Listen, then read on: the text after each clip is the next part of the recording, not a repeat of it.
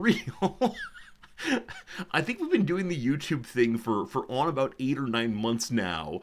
6 days a week, and I just keep forgetting to start it. It's a new part of the process, but it should be one I've gotten used to by now. I have no idea, no idea, no idea. If I missed a hello to you, I apologize. There are lots of nice people in the old channel there. And yeah, I hope it's good for you. Any big plans you all have for your New Year's Eve? Anything that you tend to do traditionally, or is it time for the traditional go to bed early?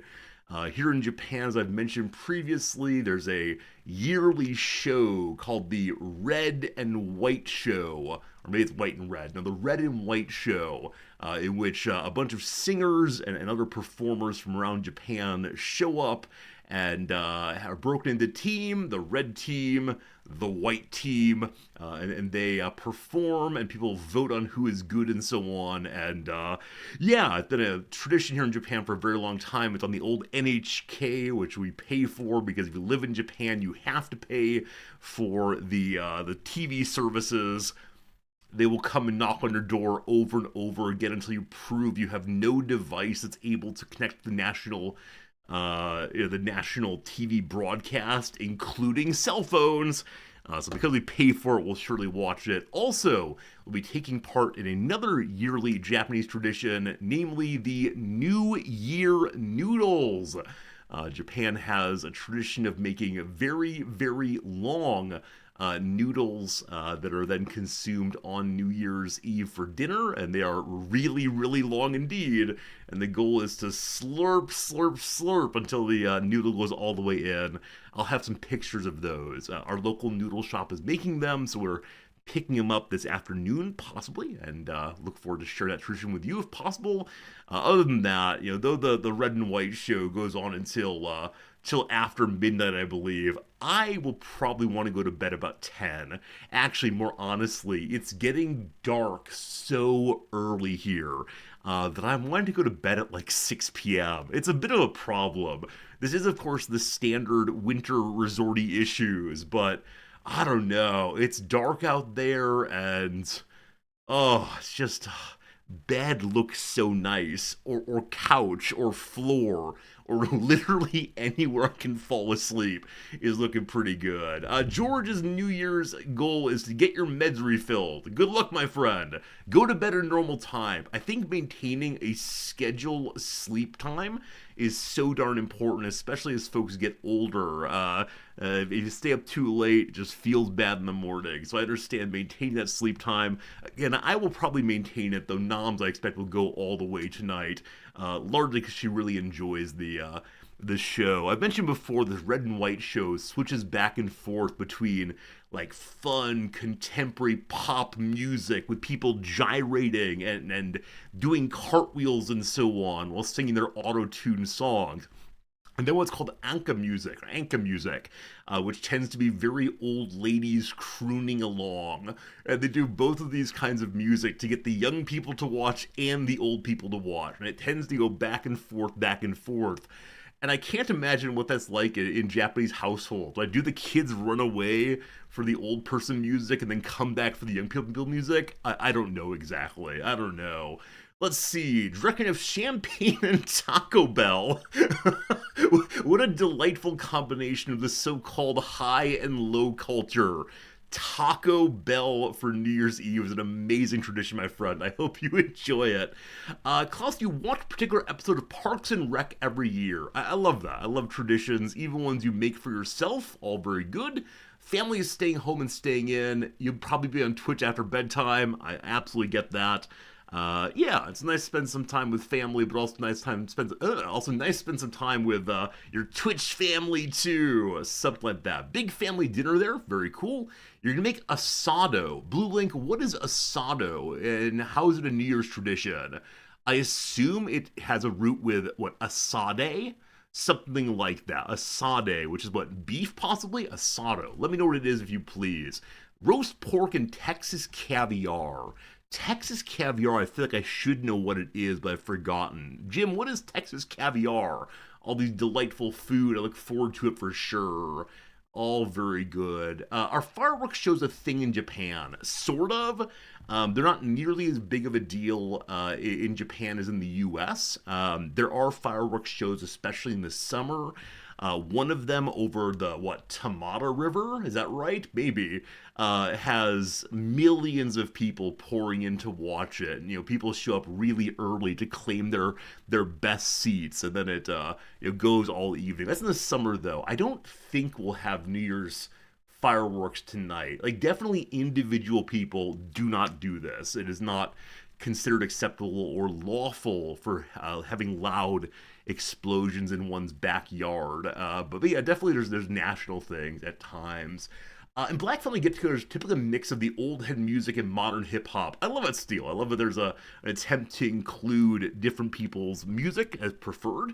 I think in get togethers I've been used to as a kid, especially, the older people get to control the radio all the way. I remember back when I was a kid, while driving from place to place, often the driver got to decide the music. And certainly when one is younger than 16 years old, that means you never get to pick the music. Those of you who drive about now with younger people along, do you let them get to choose the music? Or is there now like a divorce inside the car where each person except the driver has in their their ear pods, AirPods, whatever they're called, and listen to their own private music, and conversation is hard and so on. Of course they do. Of course they get to pick it. Oh, very fair. Yeah, I remember I think my family had this as a minor tradition at times, but I know some families are very strict. No matter what the kids wanted, the parents were in charge when it came to music in the car. I love it. I love it. I love it. I love it. Asado is a traditional Argentinian barbecue cooked over the radiant heat of wood embers. Sounds delicious, Blue Lake. I hope you enjoy it. I didn't. Did I know that Argentina was like a beef culture? I know Brazil is. I don't know enough about different food cultures around the world. Is Argentina all kinds of meat as much as possible? Putzaroo, thanks for that resubscription. 27 months of hanging out with the Resorty community. I appreciate your doing so for sure. Now do people connect Bluetooth with passengers around? So it really is more of a sharing opportunity inside the car. Does anyone ever play music that's so bad that they get cut off for a while? Because I worry if I were driving with other people and they wanted to play, I don't know, like contemporary music. It's time for my Taylor Swift. Let's listen to our, Ed Sheeran. There you go. And then it's my turn. I say, oh, I want to hear a musical from the 1890s. Bring me a little bit of that Gilbert and Sullivan. I could imagine they'll say, Resorty, you're not allowed to play music anymore. I understand you like this music and you want to share it with us, but how dare you? I don't know. When my wife and I used to drive, we'd regularly put on show tunes of various sorts and sing along. And she really didn't like it when I put on the Mikado, which is Gilbert and Sullivan's probably racist Japanese musical. Probably racist, definitely racist. But it's got some pretty good songs. It's got some pretty... Anyway, team, I didn't sleep terribly well last night. I got one of those, like, crick in the neck things going. I don't know why this is, but as I get older, it happens more and more often. I don't know if I need a new pillow or what exactly, but yeah, getting older and having little things be creaky in the morning is just not great. May need to find a way to get a massage every morning, or at least self-massage more, because yeah, that morning creakiness is just not great. As I mentioned also, the winter thing is happening, so I'm feeling a little bit blah, blah, blah, blah. Happily hanging out with you makes me feel a little bit better, so thanks for letting me do that. And I think that's all I got this morning for opening. So let's go to the second portion of the opening, namely do a little bit more of the old word of the day and so on. Behold, YouTube stats. This one is below average. Oh, boo, Resorty, boo. Word of the day. Word of the day is, I might need some yoga. My wife says that too.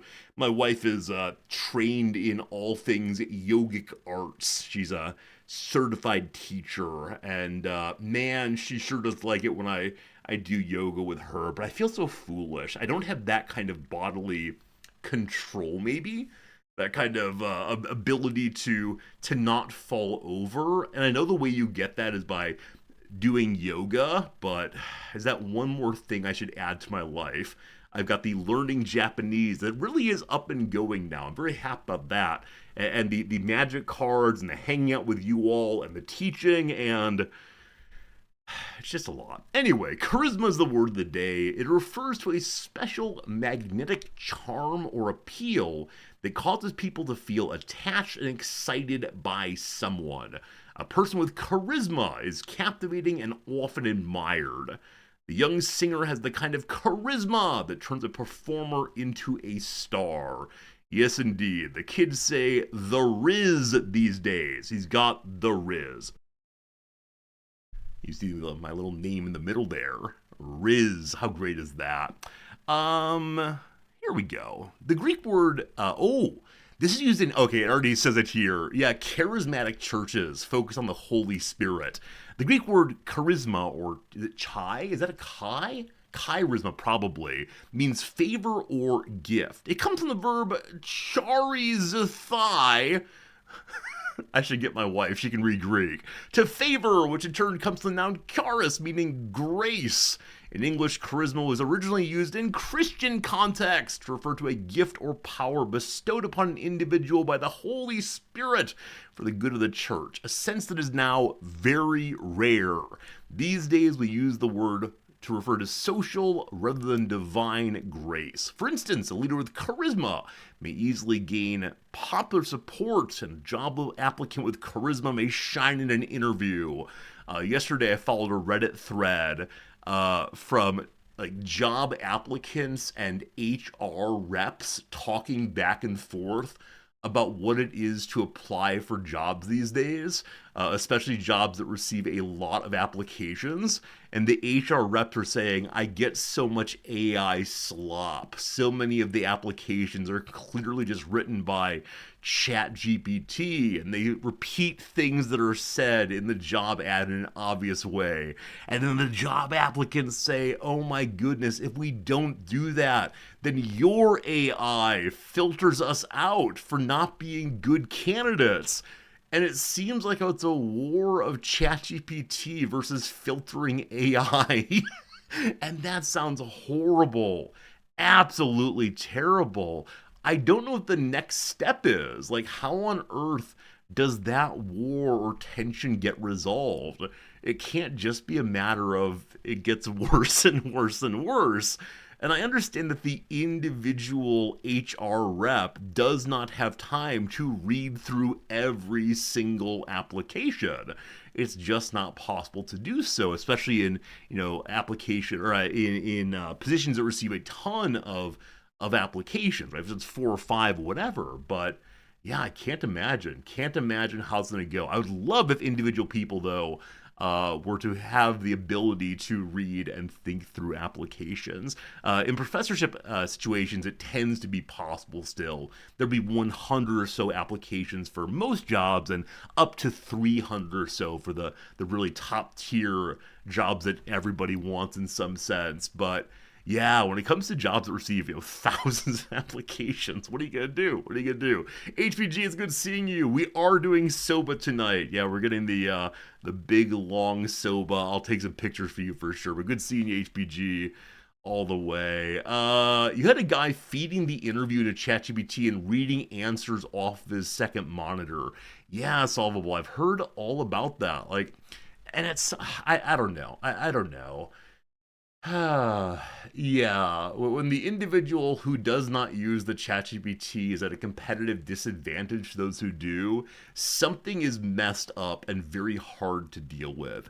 And like, we're in the awkward moment where our culture hasn't quite figured out what to do when it comes to hiring in this age and the adoption of ChatGPT-esque programs and so on.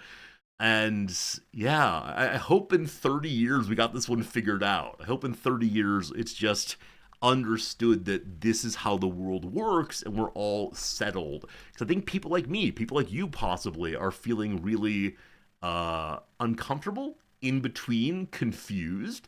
And I'm very happy I'm not in the job market right now because it seems really, really hard. Because, yeah, like many of you are saying, a lot of you all are just having companies that run everything through the AI filter.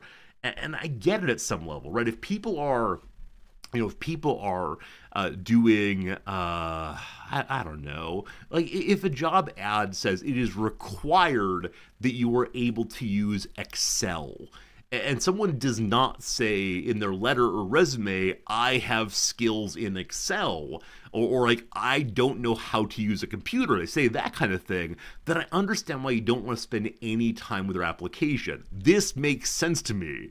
But if the filtering becomes more and more aggressive, trying to exclude people as fast as possible, I don't know. I don't know. Farrier saying it shouldn't take 30 years, or it will take more than 30 years for us to get comfortable with this kind of thing. I threw 30 years out there as that will be relatively late in my life.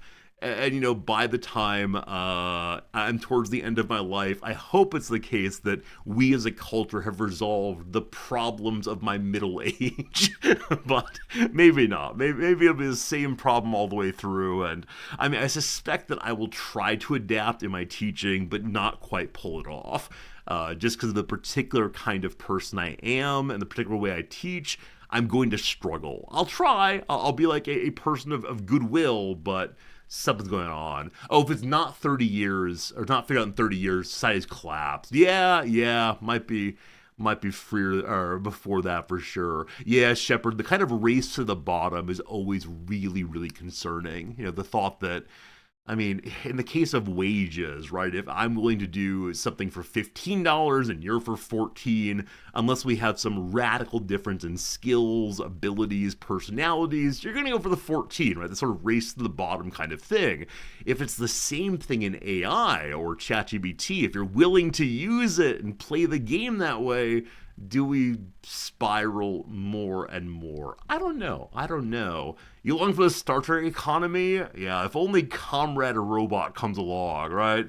We find a way to use these programs and machines for the public good, as Marx says, to free ourselves from labor and find more ways to have leisure. Wouldn't that be beautiful? I don't know. We'll see how it goes. Precarious work probably doesn't help. Oh yeah, the rise of what's it called? The rise of... It's a holiday. Why are we discussing this? But yeah, the rise of the casualization of the workforce. Things like Airbnb, things like Uber, things like, I don't know, Twitch, frankly, in which more and more workers who are essential to the company, right? There is no Twitch without streamers. There is no Uber without drivers, right? People who are essential to the company are not employees, but just people who show up sometime. And the whole thing is based on people showing up sometime, definitely leads to a different understanding of work and a culture. And I don't think it's a terribly healthy one, either for the long-term success of businesses or the society or the individual, right? Yeah, the gig economy, so-called. Right now, Japan is pushing very hard against the gig economy when it comes to taxi driving, especially. Airbnbs are in a really weird spot. Most of the local, neighborhoods, prefectures, that kind of thing, do not want Airbnb to be used because people are then buying up houses and apartments and not living in them. And for Japan, that's a disaster. And so there's no national rules on it yet. And one of the current prime minister's goals is to find ways to stop people buying property as investment. But how do you do that in a way that isn't destructive of property rights, this kind of thing. But yeah, when it comes to cars or taxis, if you use Uber here, you will most likely get, or maybe exclusively get, a taxi. A black and white taxi, the same as you'd call for on the street or with your phone. It's seen as one more way to, get drivers and passengers together, as opposed to being, a way for individual people to drive their car about and pick you up. And we'll see what happens. Like, I think it's good to be able to connect drivers and passengers But people whose job it is seems more better, more good, in my view. Anyway, there's a lot of topics in that. I don't want to be doom and gloom. What's something happening in the world that we ought to smile about today? What's a piece of news we've seen that makes joy?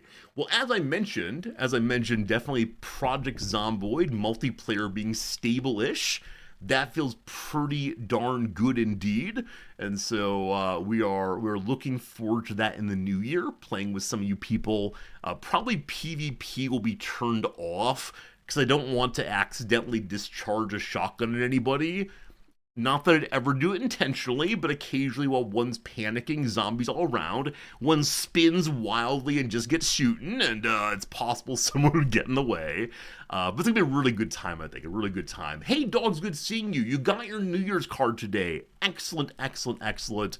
They are showing up gradually. All of them were sent out in the past, I don't know, past 3 or 4 days. The last ones went out, so they're all out in the mail. And yeah, I hope they all show up this year. A number of you said in your, probably 3 people said in their comments, I hope that this one gets to me this year, and I hope so too. I can't control the mail, but I've done my level best. 7 sins. Thank you for your Prime sub while we're blathering along. I hope you're having a good day, and thank you for choosing to spend a little bit of time with big old me, or little old me, or some direction me. Either way, thank you for being a friend. If we're discharging shotguns in Project Zomboid, we're in bigger trouble. Jim, you're absolutely right. I tend to play my playthroughs of Project Zomboid without guns at all. I know that in later game, many of the good players of Project Zomboid move to using firearms with great regularity because they have all of the ammo and they have ways of dealing with running away from hordes or using various noises to bring hordes around. But I've never gotten to that point. And so it tends to be like baseball bats, police batons, the occasional axe, and a lot of running. Strawberry Chemist, hello to you, my friend. Welcome in indeed. No one else said anything positive in chat, rather. I said, I need some good news, and the crowd went silent. That's a problem. That's a big old problem. I don't know. Seasonal depression is real. Yeah, I got it going over here. I wish I didn't, and I don't want to go into it too much, but I'm not sure if it's the loss of routine in the afternoons. Like, hang out with you all feels good, man. While I'm live, feels good, man. But until I push that go live button, and after I push that stop stream button, it just kind of feels bad in the background. So don't you worry, we're going to get through this thing together. Eventually May will come and it'll all be okay again. This is one thing I've tried to work on more as I've gotten used to the routine of my own mental weather recall. Namely, I know the bad times will pass, right? I know that when I'm feeling kind of garbagey, especially in the winter months, I know that spring will come and it will change. That doesn't feel better, but at least it gives me something to aim towards. So, yeah, yes, routine is critical. You'll send your bill in the mail. Jim, thank you for being so affirming of my self-understanding. I feel better now. This is what therapy is for. The days are getting longer. So, though it is the case that days are getting longer, because I'm not teaching, the evenings are feeling really, really dark right now. Because previously I was going to campus at 5 p.m. or so, and though it was darker and darkening, I knew I had to have good energy for the classroom. And then when I would get out and get home at 9 p.m., it was okay to be sleepy. I think right now the not teaching is getting to me a little bit, but back to it in 2 weeks, and that will be a-okay. Good news, the year is almost over. But George, we have another year. Oh, Drek, you finished another playthrough of BG3 today. You are burning through your playthrough. I don't know if you're exploring everything the same way I am, or having as many conversations as possible, but a few people have started and ended playthroughs during my own. Now, maybe you're playing for more hours a day, but hopefully you enjoyed that playthrough and hopefully had some new experiences on the way. Other good news, your kids have a good Christmas. I mean, I think making the world better for kids, helping kids have positive moments of smiling, is probably one of those things we can try to do to make the world a little better. I know some of you work with children or have children. I don't want to say like children are our future, man, but I think often I talk about finding something bigger than yourself to work for and improve and getting some meaning that way. And I think helping kids to smile is a good thing, probably. So, Bellick, you got your basement speakers working. Nice. Hopefully I'm coming through in a powerful but not overwhelming kind of way. It's how it goes, how it goes. Drexen, you finished one that you started before I started. It's too easy to start another one. Okay, so you didn't start while I was playing BG3, and you managed to end anyway. That makes a lot more sense then. You respect that I keep BG3 to stream only. I've tried my best. I've tried my best to not play the game at all. I have a couple times considered going in and selling things in the box, but no. I've not played a single moment of BG3 off stream. Partially because I know if I played any, then you all would have missed something. When I'm playing the big map games, I don't exactly mind going in for a minute or two and doing this and that, because it's usually pretty minor, and I can do it without unpausing. In this game, I think anything I do would be notable indeed. Anyway, team, we got to move on with the intro. It's been a chatty day, and that feels pretty good. What four-letter slang word for romantic appeal or charm is perhaps a shortened form of charisma? Well, you all already got this one. It is indeed Riz. The children say Riz, and look at that.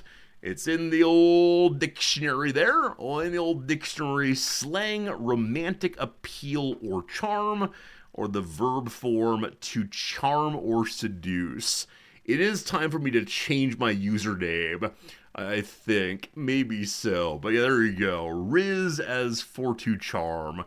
We thought it was coming, and indeed it did come. It's 4-letter, though? Of course it is. Is it? Why not 3 letters? 3 letters would definitely be a little nicer. Regardless, time for some trivia. Fingers crossed. Good luck, everybody. We got this. Clue number 1 in science and nature. Vipers are native to every continent besides Antarctica and what other? Well.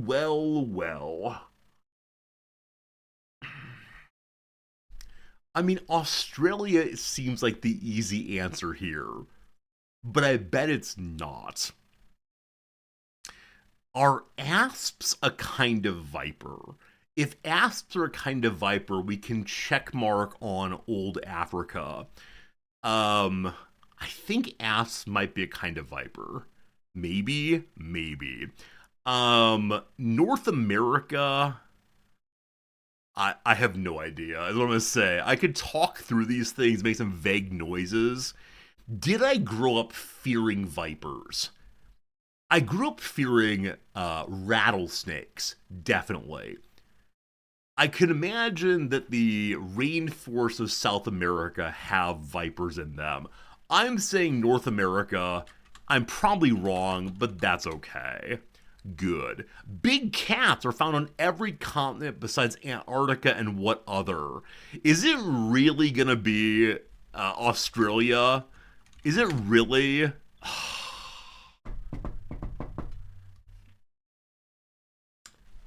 I said Australia was the obvious answer because it's isolated, and I didn't go with it yet again. Wonder if this one was playing on the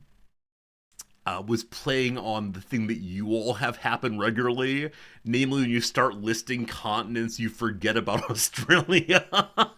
That's a shame. Sometimes the obvious answer is the answer. It is.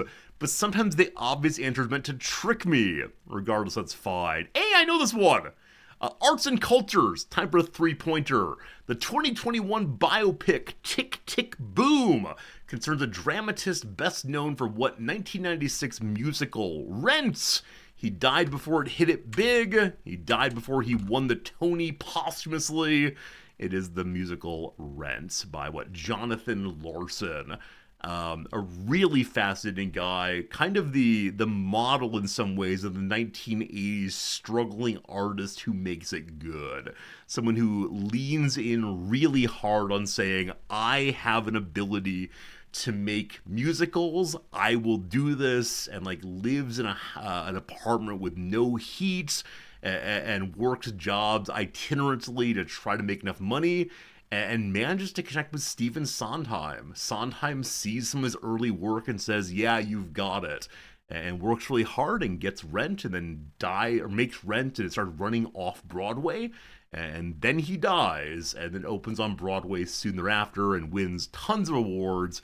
And it's a sad story and hopefully inspires us, but not to live in places with no heat. Thank you very much. Who played the antagonist mom in Raya and the Last Dragon, then the main character's moms in Invincible and Turning Red? I have genuinely no idea. So I know that Turning Red is in part about an Asian American family. I assume that Last Dragon indicates perhaps the same. I don't know Invincible. So I am now going to be throwing out the name of a random Asian actress and feeling kind of bad about it. We're going with Sandra Oh, because she came to mind first.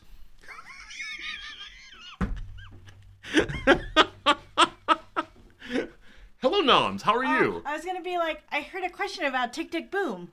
You did hear a question about Tick Tick Boom. I'm sorry. But you already finished it. But I would have known Sandra Oh, too. What was the first clue? Who played the antagonist mom in these shows? I know that, but I wouldn't have been able to pull out Sandra Oh from that. Yeah. Did you hear how I got it? No. I said Turning Red's about Asian Americans. Who's the first Asian American actress that comes to mind? Boom, Sandra Oh. Oh, congratulations. It's very nice. So Namda's favorite musical when she was growing up was indeed Rent.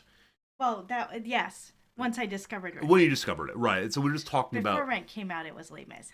Yeah, Les Mis and Isn't Les Mis everyone's favorite? I think Les Mis is a popular one indeed. Yeah. So, yeah, definitely the case that last one's about Jonathan Larson and Rent, and we got it right away, and that was great fun. Yeah. Do you want to stay around for the last two? Okay. Yeah, it's okay if you get it wrong. No worries. We'll do it together. I was like, I probably won't. We probably passed the two that I know. It's okay. It's okay. We'll get the other ones. One of them is probably about consumer goods, and I struggle with those. But I think you see more commercials than I do. Yeah, and I know more consumer goods, and I found another consumer good to research extensively and not buy. Slivers, thank you very much for the big old big noms. 100 bits. We appreciate it a whole bunch. Game Merchant, how's it go, my friend? Yeah, I mentioned on yesterday's stream that we were going to a pen store to look at many, many pens. And indeed we did this. We walked through every pen case looking at all the pens, and Noms identified two... This is a one-room pen store. You make it sound like it's a whole department store of pens. It is a one-room store, but there are probably thousands of pens, or at least 1,000 pens on display. There are a lot. Yeah. And so Noms looked at every single one and picks two that she's really interested in, and went ahead and got them, the workers, to take them out for her, and she used them, and then you said... Okay, that's it for me for today. Thanks. That's it for me for today, and we walked back home. We didn't walk all the way home. It's true. We took a train for part of it. Yeah, you decided these pens that you thought were really, really cool actually didn't write... the way they were too scratchy, maybe? No. The feedback is fine. I knew there was feedback. I knew one was small. I didn't know how small. Yeah, and so it felt wrong in your hand, even though it was made more or less explicitly for women, right? Yeah. Yeah. It's a little dainty. It's a little dainty baby pen. Look at all the pens, and it continues on the like that. Yep. outside, and there's a lot of pens there. And Noms research them online first, right? Yeah, because they have a full online store that actually has more pens listed than are actually on display. It's true. That's It's true. something I learned. And so you too can go browse the pens on kingdomnote.com. That said, they will not send them to you. They are Unless you're in Japan. That's right. They're Japanese focused through and through, and that is that. Now there are some like intermediary companies that will buy things for you in Japan, send them to you With a big markup. Yeah, I mean, in this community, I will do that for you. Though, as Strawberry Chemist knows, it might take me more than a month or two to get them sent over. Is this in Ginza? No, this is in Shinagawa. Shinjuku, which is not so far away from Ginza, but yeah, it's a lovely. I mean, it's in the same 23 words, but same maybe words. I should have read the Q&A before going. Oh, it was so nerve-wracking to go there and interact with the workers there, like because they were playing over the intercom, like the music was like traditional Japanese music, and it looks like this, so it was kind of an intimidating place. Yeah, and like marble floors, and the workers were dressed in suits with ties, and there are pens there that cost thousands and thousands of dollars. That was the other thing I was gonna say, is we would sure be happy to be your intermediary service, except some of them are really expensive. I mean, if you want to buy the really expensive ones, we can probably help you out. Please don't, though. No one should have pens that cost thousands of dollars. Except they had on a display a bunch of the Mont Blanc pens. And though I don't know if I like how they look, I'm such a fan of Wes Anderson, and he's made a commercial for them. And like, I should buy these pens because I like Wes Anderson. Yeah, you can get the baby dainty one. Yeah, it's a really cute, very small one that probably would fall out of my hands with my, awkward, clumsy mitts. I'd be terrified to go there. So what I tell noms over and over again is these workers want to sell you things, right? Even if your language is not quite right on, even if you are someone who is like stumbling through the conversation, they still want to sell you a pen. So they will do the work they can to help you understand the pen so that you will buy it. Yeah, my guess is too that they probably do English. I approached them in Japanese, which is probably why they continued in Japanese. Their English is probably not great. Sure. That said, like this is like the biggest used fountain pen collection in all of Japan. So I'm sure there are people who come. It's in Shinjuku, which is a tourist center. So I'm sure there are people who don't speak Japanese who come there all the time. Absolutely, so absolutely. I'm sure they're used to engaging people in not Japanese too. I love the number of qualifiers on that last or two sentences ago. It is the largest used fountain pen store in all of Japan. Well, what I mean to say, I don't know for the world. It may be. Possible. A ton. Yeah.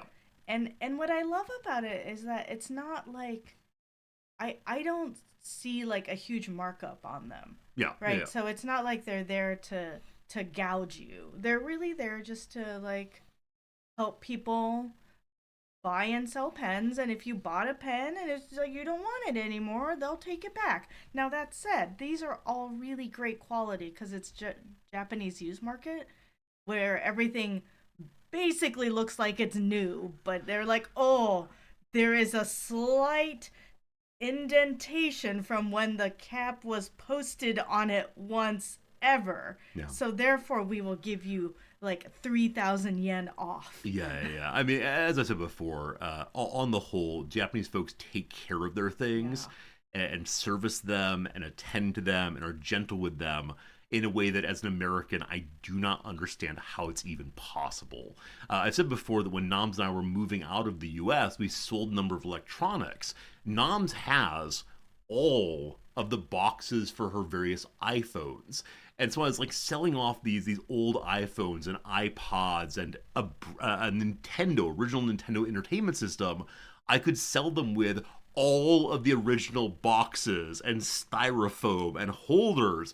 And this apparently is just standard for Japanese folks. You keep everything to take care of it. And for me, when it comes to packaging, I tend to just throw it out and then use the thing. And it's really, really impressive, Noms. I think people in Tokyo throw it out because they don't have enough room to keep all the packaging. That's a good point. That said, they take really good care of stuff. Yeah, it's amazing. Yeah. It's amazing. And Yeah. like you said, even very minor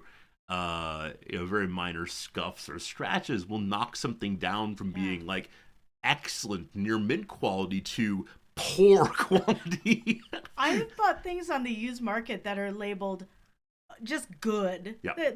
And then they show every single picture of every single scuff on it. This is more shoes or bags. And then I get it. I'm like, oh, this is basically new quality. Thank you. Yeah, I think as Americans, we're used to tolerating in the used market Yeah. more defects than in Japan. Yeah. It's like magic cards. Your collection are all your favorites. Nam said this yesterday. We were at the store, going to the store. Said, "Oh, this is just like your magic cards," and it's true. Well, and I think I also said that because they have special limited edition sets Yeah. that, for whatever reason, the some of the printing and the design seems to wear off with usage. People are complaining about this online. So I said, oh, if I bought the set new, didn't use it, didn't open it, and just waited several years until the design wore off of all of the ones that people were using, then there would be fewer left in the world, and then I could sell mine for a markup.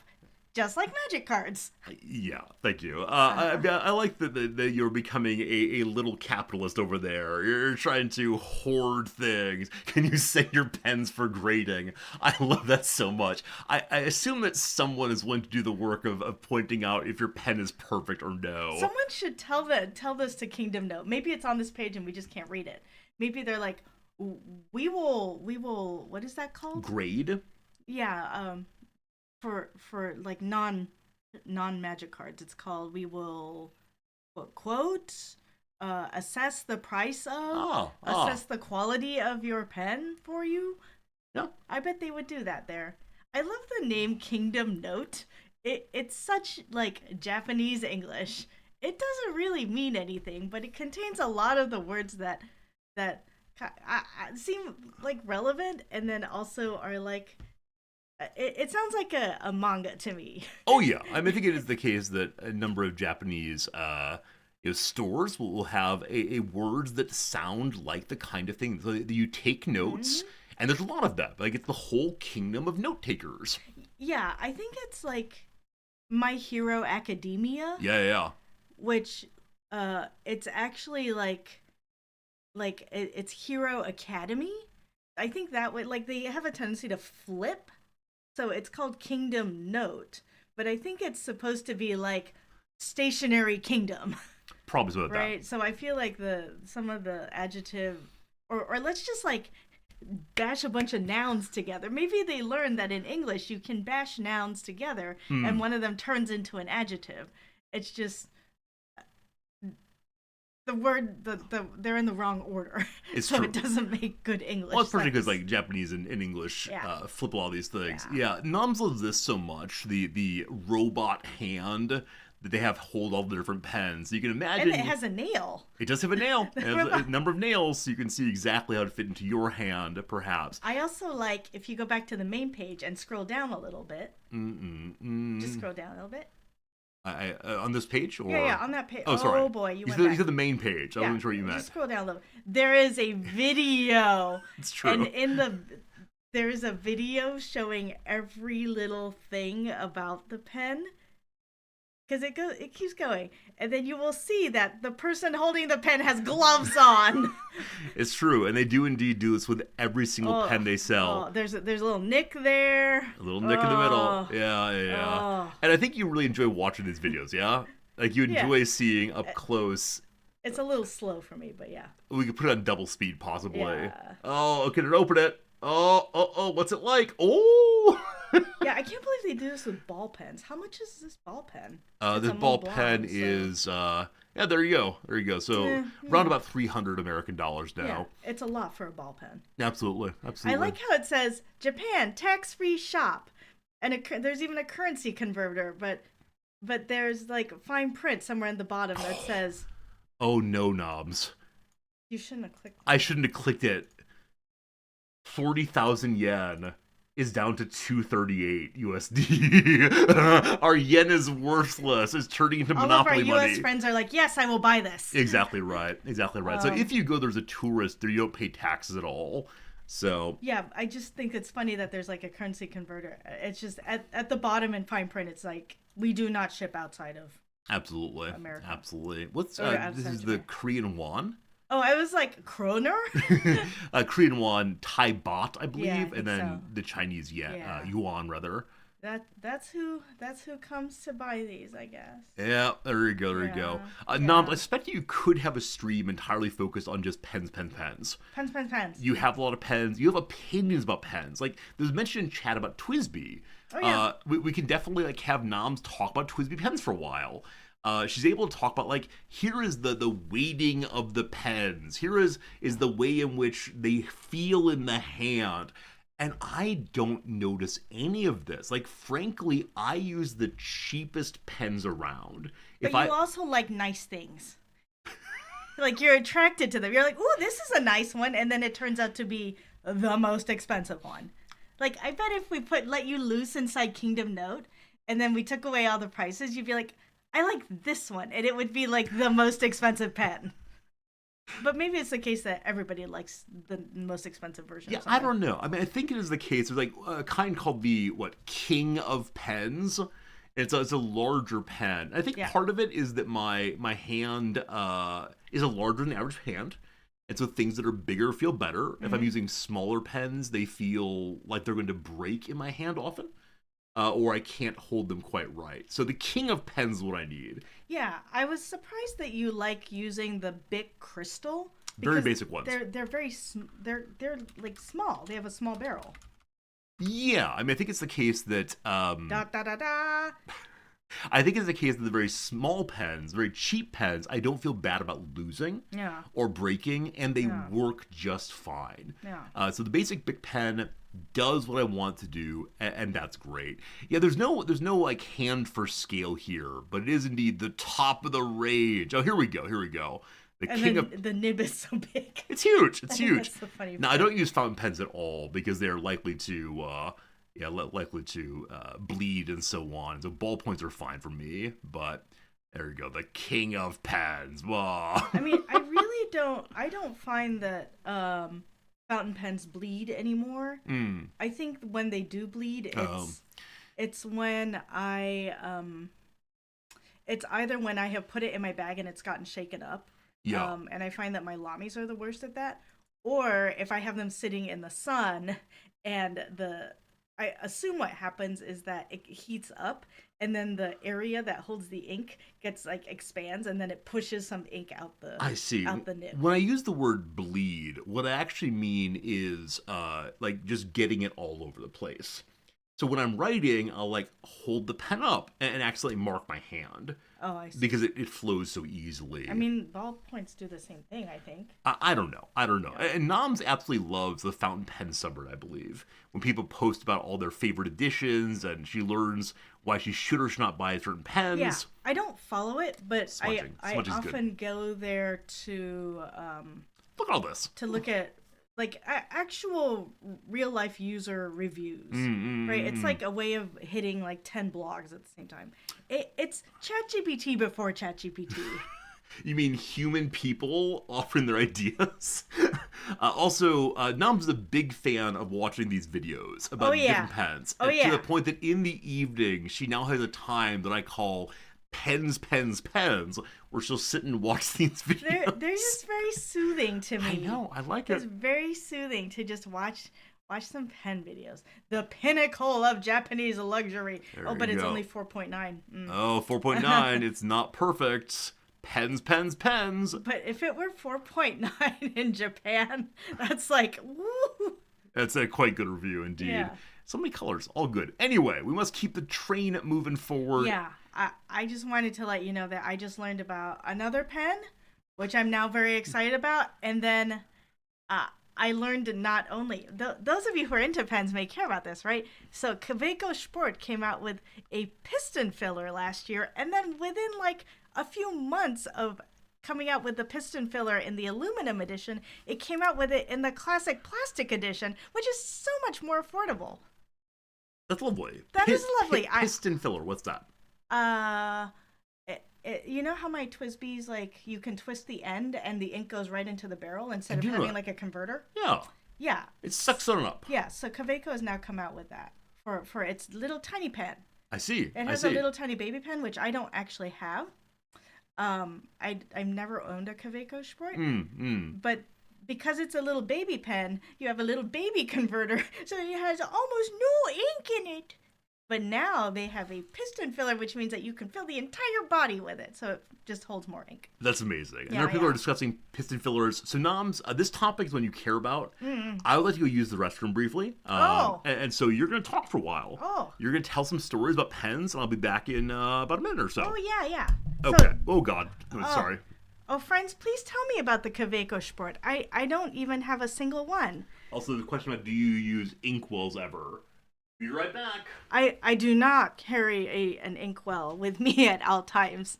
But yeah, so I was looking at some Kaweco sports for a while, and then I don't know, I got scared off for some reason. But I have another Kaweco pen. I forgot what it's called. It kind of it has a weird color. I like the nib a lot, but it's in a weird color, so I don't really use it very much, even though I do like how it writes. Your pen grip is a little bit high, and they are small, right? So you have to like otherwise, you may have to post it to make it of a decent enough length to write with. I have small hands, so I think it might be okay. Do I keep an inkwell at every spot I frequent? No, I actually only keep my inks here at home. But most of my fountain pens are big enough that they have enough, um, a big enough bladder. Also, I don't get to use fountain pens as much as I would like because I don't write as much as I would like because I mostly type, right? Like all of us, we just mostly type now. Maybe I should, every email I get, maybe I should actually write out a note and response and deliver it to people, except if people aren't nearby, then that might make it hard. What was I gonna say? Yeah, so I wish I wrote more.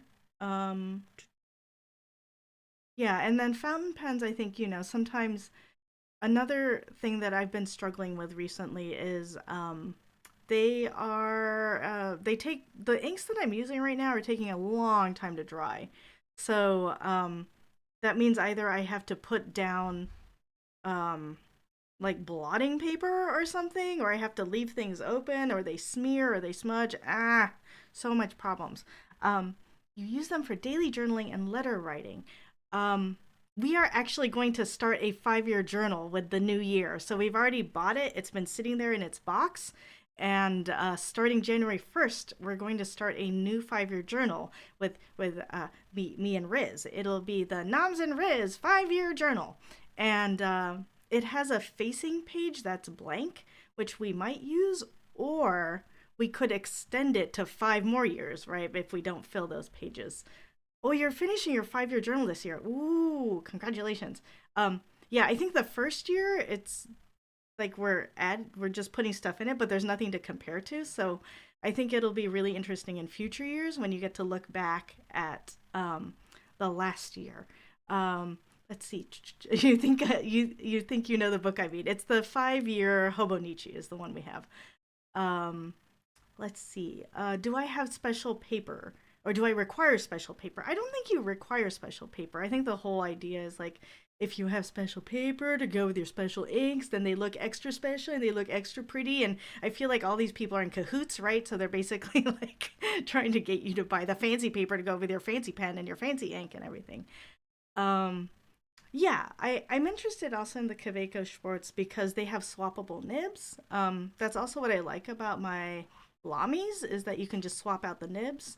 So you don't have to buy a brand new pen just to have a different nib size. That said, I think the Kaweco Sport pistons and the non-pistons don't have, like their nibs are not swappable with each other, which is unfortunate because then, oh, now you have to buy like 2 sets of nibs. Ugh.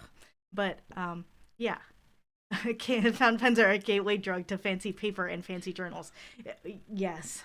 Yes, all of those fancy things are here. But then you're afraid to use them, right?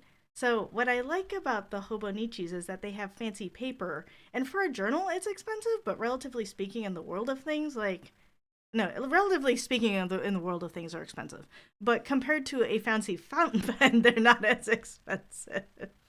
Um, I don't have any gold nibs, so that's the bridge I have not crossed.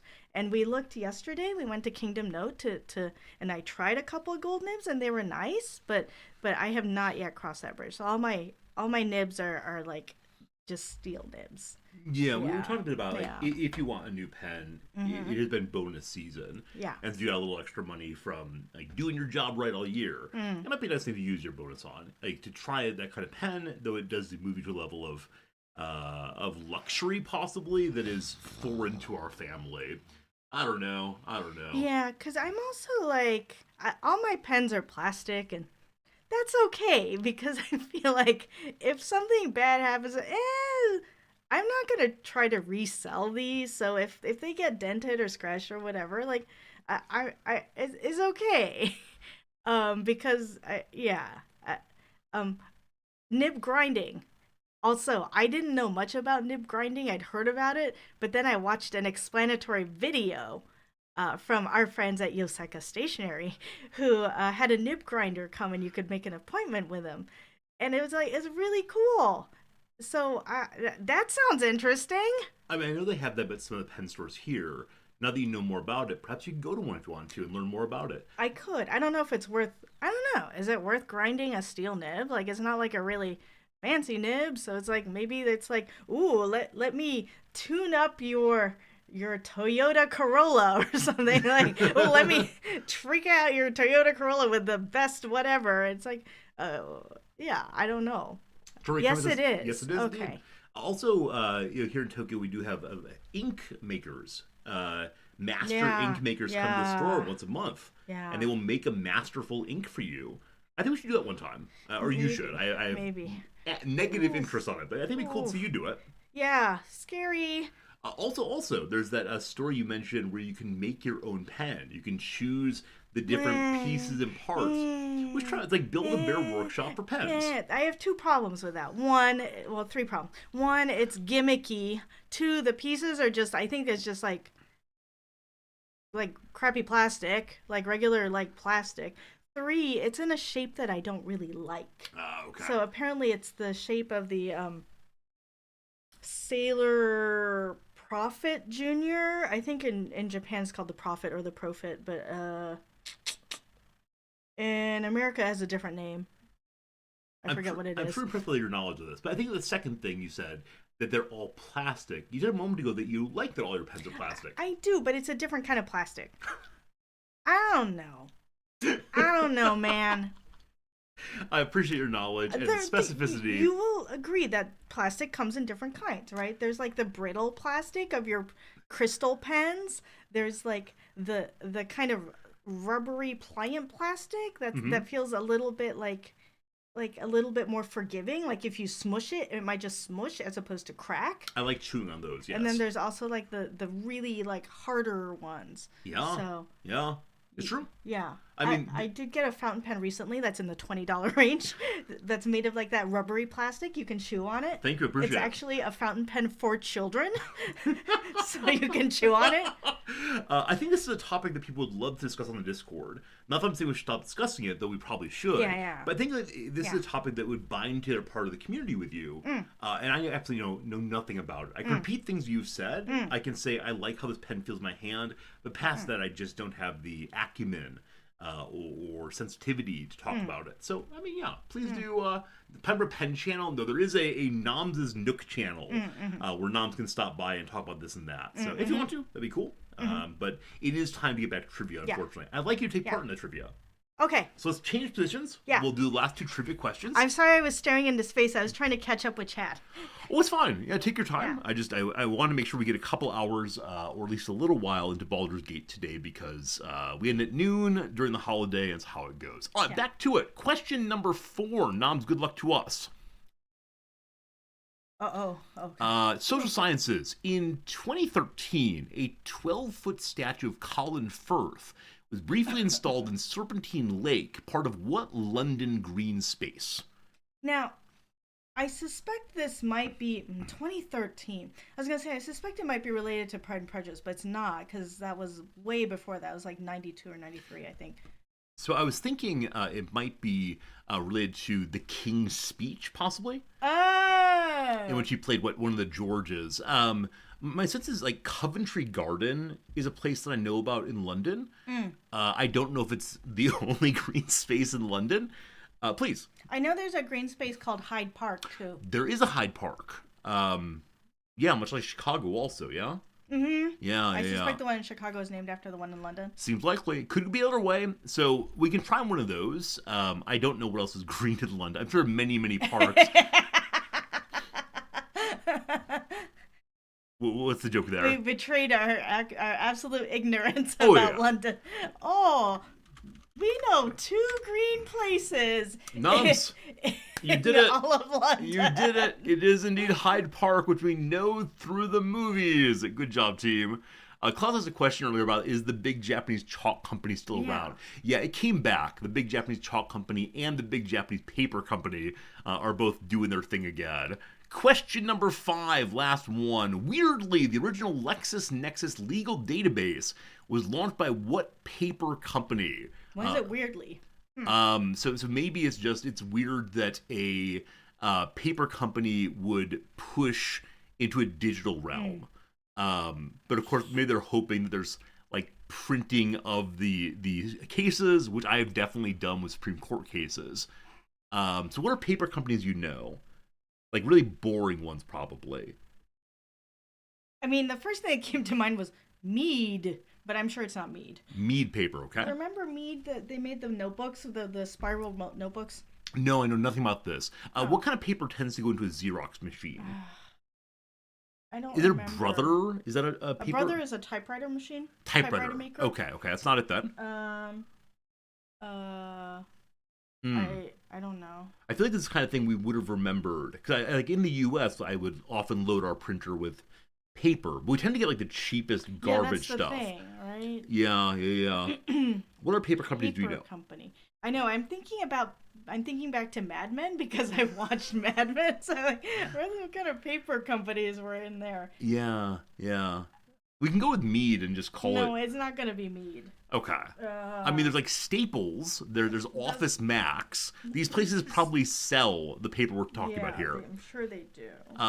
There's like yellow legal pads. Who make them? Who makes them? Who? Yeah. Lots of different companies. Lots of people. Okay, yeah. In this case, I have no knowledge of papers. I'll probably say, oh yeah, that. We'll probably recognize it when we see it, but We're over 10 points though, so I'm happy with today regardless. We're gonna say Mead. If it's right, it'd be amazing. It is right. hey, look at that! You absolute that happen? genius. You I absolute was like, oh, Hyde Park. genius. Oh, Mead. So I want to say that today we matched my highest score ever, but Noms, those last two were all you. I would have said Coventry Garden first, and this one I would have said I have no idea and given up. Noms, you did I it didn't today. know Mead made LexisNexis. That's really interesting. That's weird as all oh, get Trapper out. Keepers, yeah. Yeah, I mean Trapper Keepers also. Did you know that? I probably would have guessed it just because. 5-star. Yeah, I remember those. I know. So I know of all of the things that they're referencing, but I didn't know Mead at all. The best composition notebooks come from what company was the same? Oh. Yeah, so I think I get this. Like honey-based booze being Mead. Yeah. Noms is off now to possibly go get a. Possibly go get a notebook to show you. I'm not sure. That's great though. A very good day through and through. Let's go and do the more stats here and see what we get on it. I mean, a fantastic day for the old home team. No, sadly, my composition notebooks are made by Norcom. It says Norcom, I'm sure Norcom is also a Mead company. or it's a ripoff. Not ripoff, but a what do you call it? A knockoff. So what do Mead notebooks look like? Let's see. The ones I remember are like the spiral bound ones with different colors on the cover. I can't type. It's okay. It says Spiral Notebooks. Yeah. The first one. That's what I remember most accurately. I think I've seen like so many different brands that are largely just this. Yeah. I think there's often a store brand version of the same that I probably got. But Yeah, neat. It's funny that like in my childhood, yeah, the spiral bound was the standard. Yeah. When it would get caught in each other, like they would like, and so you would have to make them face opposite directions so they wouldn't like the spirals would knock into each other and get caught in each other. Mm. But then if you had more than like two, then they would inevitably. And I was like, why did we deal with that for so many years before they came out with the glue bound I with the don't know. perforations? I don't know. But, like, why did we have to deal with this in our childhood? The kids today, they don't know how good they got it. They have the iPads now. They're taking notes on iPads.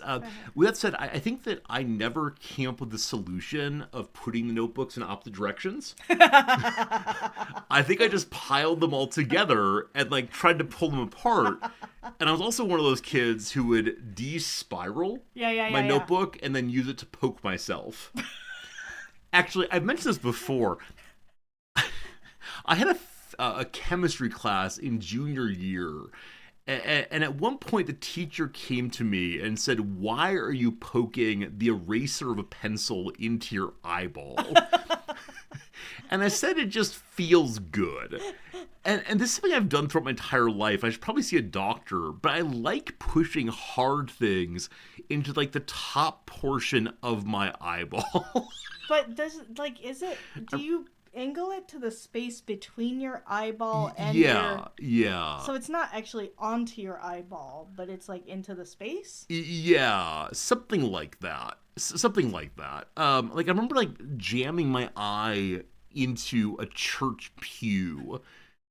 And I don't think this is like masochism. That's so dangerous too. Like if somebody came over and like bumped you, then there goes your eye. Yeah, I wonder if I have something wrong behind my eye that I'm trying to rectify.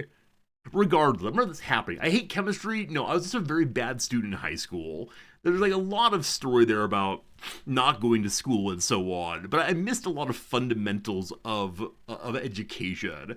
So if you come in and say things like "Jan Resorti," don't you know this from like 8th grade math? I will say no, I don't. I know quite a lot about philosophy and politics, and past that I know basically nothing about the world. It's constantly a wonder that I've managed to get myself into the 40s. This is really expensive. A 6-pack of 70-sheet notebooks is $10. I don't know what the American mark is up to these days. I know. I was just thinking about like how that seems really expensive because when we buy when we buy journals for our students, we'll buy like a 6-pack, right? Isn't it a 6-pack and it's less than $5? Or it's like maybe it's like 500, 600 yen, something like that. Yeah, on the one hand, I just don't know. On the other hand, as we're finding more and more, it's not super helpful to compare different countries' economies. Yeah. I feel like they were like 80 cents back in the day. Now this is talking about the 1980s. So yeah, maybe that's exactly. The it has been on about 35 years since then. That's cheaper than a combo meal? Yeah, I mean, McDonald's prices are very high. There's been a lot of discussion about the Big Mac index falling apart. Did Isaac Newton poke things into his eye? Wait, really?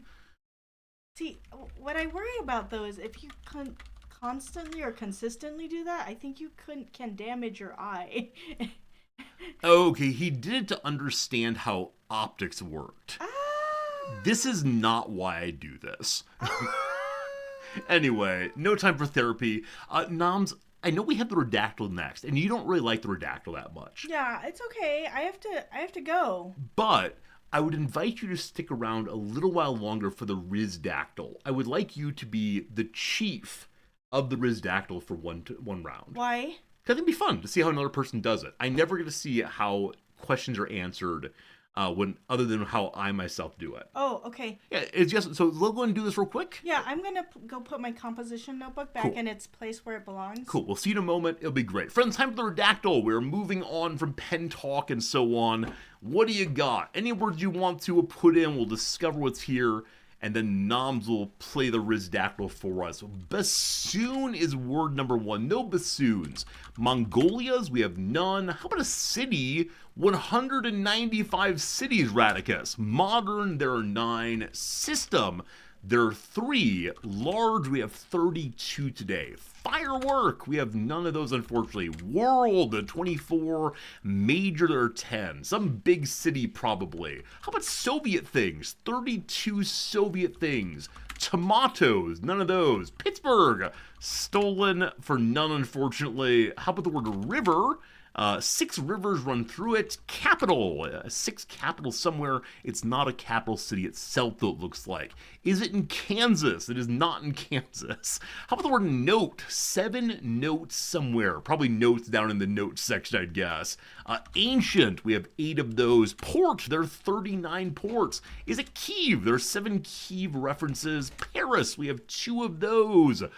Asia, we have 1. Is it part of Europe? There are 10 Europe references. Cairo, there are none. How about suburb? There are 2 of those. Is it Moscow? There are 5 of those. Russia, we have 13. Kiev with a different spelling, there are 3. Is it near a border? There are 4. London, there's but 1. A sea, there are 28 sea references.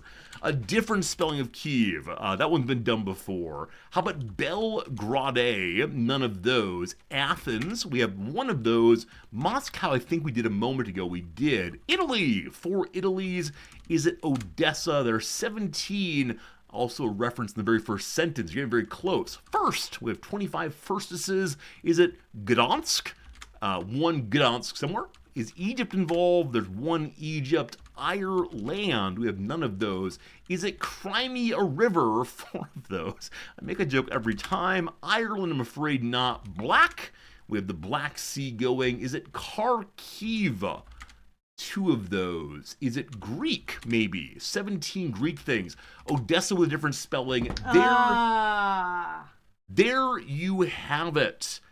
Odessa, also spelled Odessa, is the 3rd most populous city and municipality in Ukraine, and a major seaport and transport hub located in the southwest of the country on the northwestern shore of the Black Sea. The city is also the administrative center of the Odessa Rayon and Odessa Oblast, as well as a multi-ethnic cultural center. As of January 2021, Odessa's population was approximately 1 million people or so. I didn't know it was so small. I thought it was bigger. Thought it was bigger, yeah. On 25 January of 2023, its historic city center was declared a World Heritage Site and added to the list of World Heritage in danger by the UNESCO World Heritage Committee in recognition of its multiculturality and 19th century urban planning. The declaration was made in response to the bombing of Odessa during the Russian invasion of Ukraine, which has damaged or destroyed buildings across the city. War is sad. Incidentally, a large Greek settlement was once there. I had no idea. I had no idea also. No later than the middle of the 6th century BC. That's really old. A really old thing indeed, but wow. Greeks were there. Huh, striking. Striking indeed. Good job, team. Is that why, what is that? Like Greek Orthodoxy and Russian Orthodoxy are close to each other?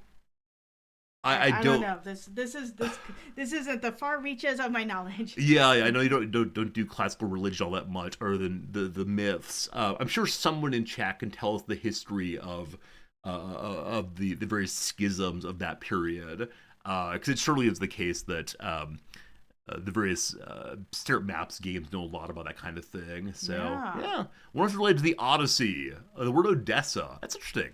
Oh. Let's see. I should probably there's name section here. Yeah, etymology. It was called Histria. They think it might have been. Yeah, so maybe called Histria. But in 1790 something, a decree. Yep, this name is not related to any of the prior ones. Soon after. And it's in Odessa. Yeah, I don't know where Odessa came from. I'm sure someone can figure it out for us. Probably this page says it somewhere, but I want to move on to the non... I like this sentence. Odessa is a warm water port. It's great. It tells you what you need to know. I mean, many of us know, simple Wikipedia. which tries to take very complex sentences and turn them down to basic ones for language learners. I think it's beautiful. Anyway, it is time for a round of the Noms Dactyl. For the first time ever, Da, da, da, da. someone other than Old Resorty is going to be doing this game. Oh boy. This game in which you ask any yes-no question to try to discover what Wikipedia page is on screen. So Noms, oh gosh, there are a lot here.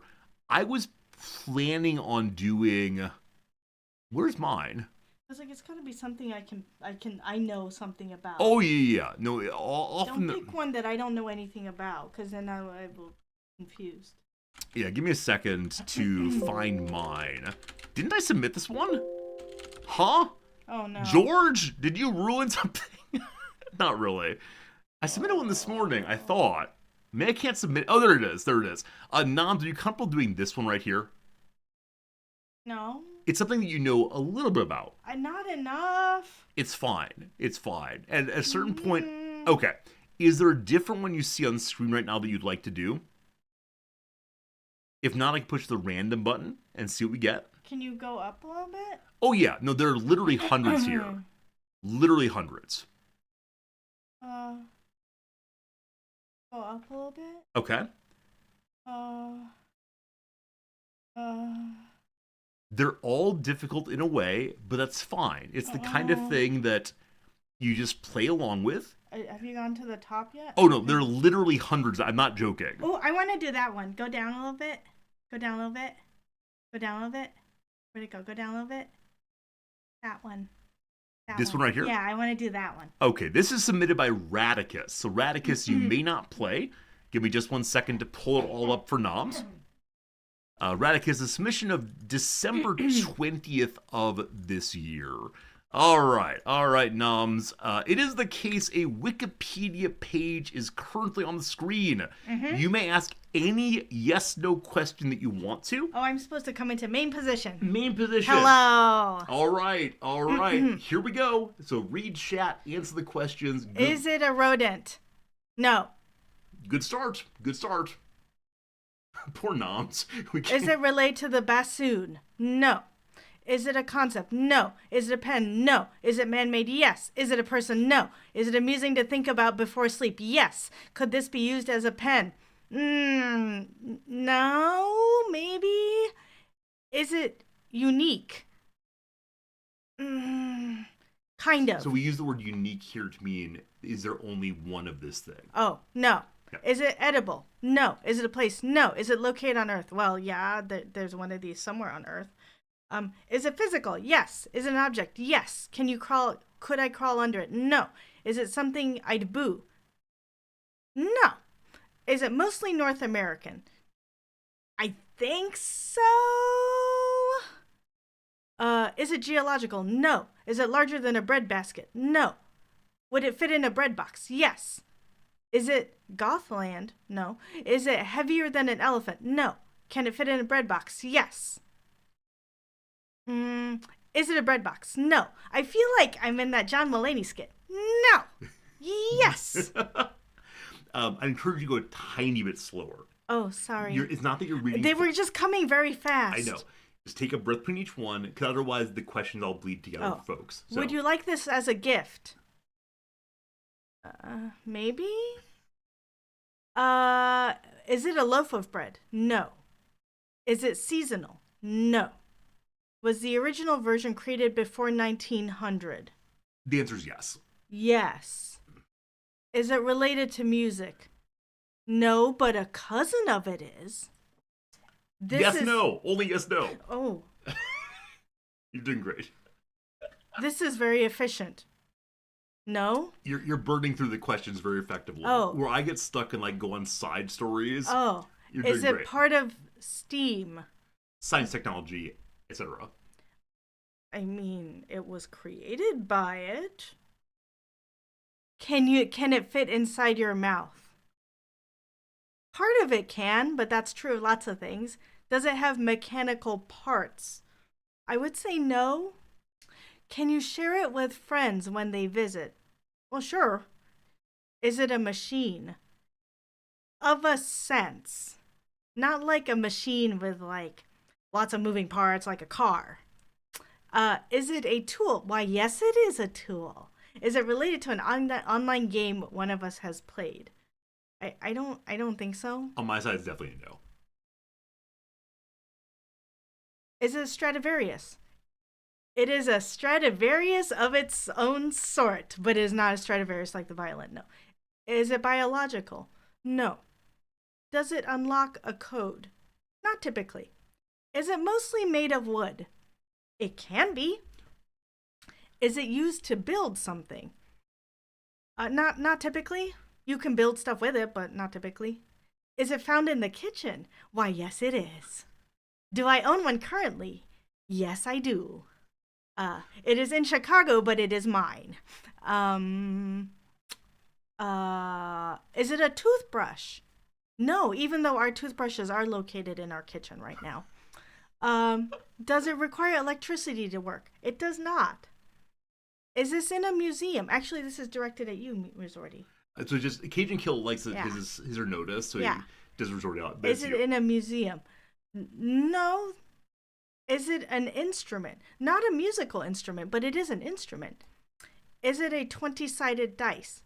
It is not. Is it a fork? No. Is it a knife? No. Is it a food mixer? I mean, you can mix food with it, but it's not like a blender or anything. Is it a spoon? No. It's an instrument. Is it a whisk? No. Is it a cheese grater? I mean, it could be used as a whisk, but it's not a whisk. Is it a cheese grater? No, but again, could be used to grate cheese. Do you use it to make breakfast? You could, not typically. Is it used to make food more delicious? It can. Does it involve cutting veggies? You can use it to cut veggies. Why is it so funny? You're muddying the waters. I like all of these colors, by the way. So pretty. All the different usernames? Yeah, it's great. Is it a washboard? No. Is it a thermometer? Usually not. Is it a julienne? No. Is it used to prepare food? You can. Is it a can opener? Not usually, no. Is it a utensil? It is a utensil. Whoa. Is it a precision or power instrument? It can be, but not in the typical definition. Is it a tuning fork? No. Is it something that creates edible food? It can. Is it a zester? No. Is it a spatula? No. Does it contain a sharp edge? It can, but not like knife sharp. Is it usually in a kitchen? Yes. Do I have to order it from a specialty shop? What is happening? Why are you over here? Just keep talking. In a specialty shop. No. Is it a spork? It sure is. There we go. Da There da we da go. da! Good job, Razul got it first. It is indeed a spork. Now all these people are going to go boo hiss who said, I asked if it was a spork or a spoon. I asked if it was a fork. And you said no. And I did say no. Because it was not a fork and it was not a spoon. And you can prepare food with it. You can cut food with it. There's all these things you could do with it. It does make food more delicious. Oh, Knobs, you're a delight. Did you enjoy that? Yeah. Yeah, it's a fun little game, isn't it? Yeah. I feel a little I feel a little like it's a little unfair. Like it's like, ooh, what's in the box? What's in the box? I know what's in the box. You don't know what's in the box. That is indeed a question. It is indeed the game. It is indeed how it plays. How does it make food more delicious? A fine question. How does it make food more delicious? Because it's whimsical, and so eating mashed potatoes with a fork or a spoon is normal, but eating it with a spork, I feel like it makes Kentucky Fried Chicken taste better, right? Because you get to eat it with a spork. Yeah, I don't know. I don't know. I agree it's whimsical, it's fun, but the actual flavoring doesn't change for me, I think. I mean, it's hard to know. I don't know how to do a blind taste test on this one, because you know what it is. But I think deliciousness can be all sorts of things. Like, deliciousness isn't just pure flavor. It could be lots of things that add to deliciousness. All right, I like it. I like it. Would you mind Mm-hmm. shifting over slightly left so I can go ahead and put in the winner? Razul, again, good Mm-hmm. job on that one. So we usually do at least one more of these. Noms, would you be interested in doing the calling for one more? The calling? The calling, the responding, the words said as yes or no. Sure. Okay, good job, Razul, figuring that one out. So this time we're going to do a random one. Oh boy. And so whatever it is, Okay, like I have nothing. I have no idea what this is. you will know some things. You also will Mhm. have the Wikipedia page. If it's terrible, the random one will skip it. But play Okay. random. Noms, we're not gonna do that I one. don't know anything about it. I know it is. All right, how about this one? Okay. Okay. Give me a second to pull it up for old Noms here, and then we'll do this one. Old. And this is one that, as I often say, can go in many ways. And so I'll be interested in seeing which way we end up going with this one. Noms, there is a Wikipedia page now on screen. I encourage you to have some fun. Friends, good luck to you all. Oh, who submitted it? Shoot. One second. Good question indeed.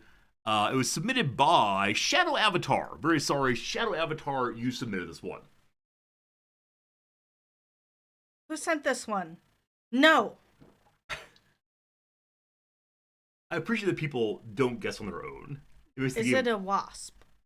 white Anglo-Saxon Protestant. There are a bunch of white American men in the queue. Oh, I see. Yeah. No. Is it a person? Sorry, white Anglo-Saxon Protestant. There you go. Is it a person? It is not. Is it a plast? I don't know what a plast is. Is it a place? No. Is it a concept? So No. the phrase we use here is it's an instantiable concept. Okay. There we go. Does it have electronics in it? Not usually. Is it unique?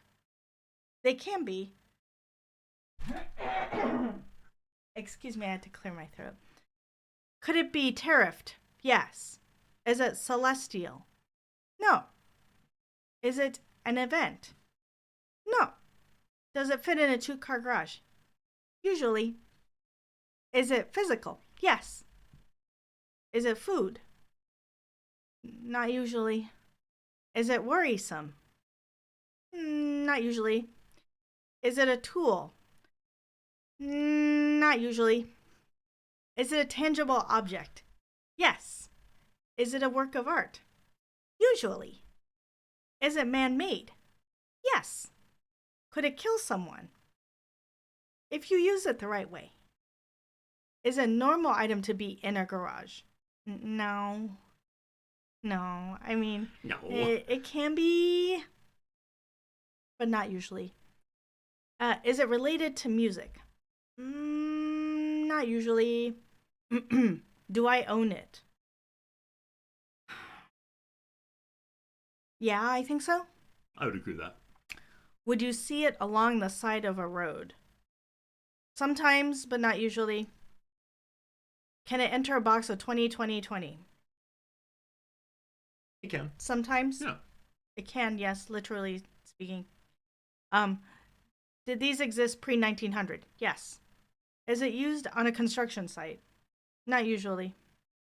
Would a woman own it more than a man? Well, I don't know, because in the grand scheme of time, women did not have money to own these. Yeah. Yeah.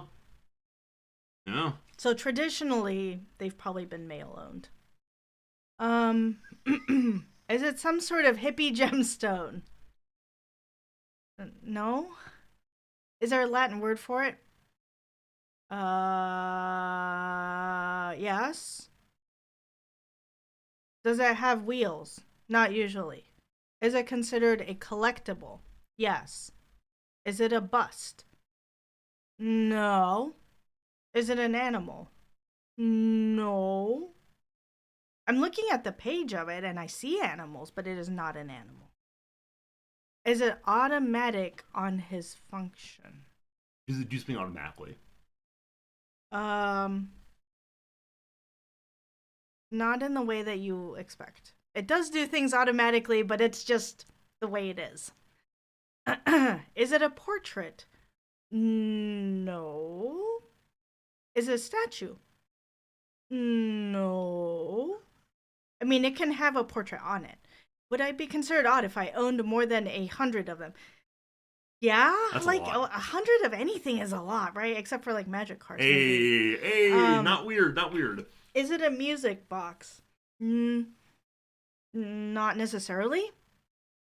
Is it partly a container? Good one, yes. Is it a painting? No, but they can have paintings on them. Does it have to do with taxidermy? I wish it doesn't. Um, do people leave it in its original packaging to maximize the resale value? Probably yes. Is it a clock? No. Is it a photograph? No. Is it used to measure things? Usually not. Is it a portrait? No. Is it a slinky? No. Uh, is it a bread box? It can be. Is it a coffin? It can be. Would Fritzward play with it? Uh, I don't know. He's scared of everything, so probably not. Is it a locket? No. Is it a lunchbox? It can be. Is it a toy? Usually not. Does temperature have an impact on it?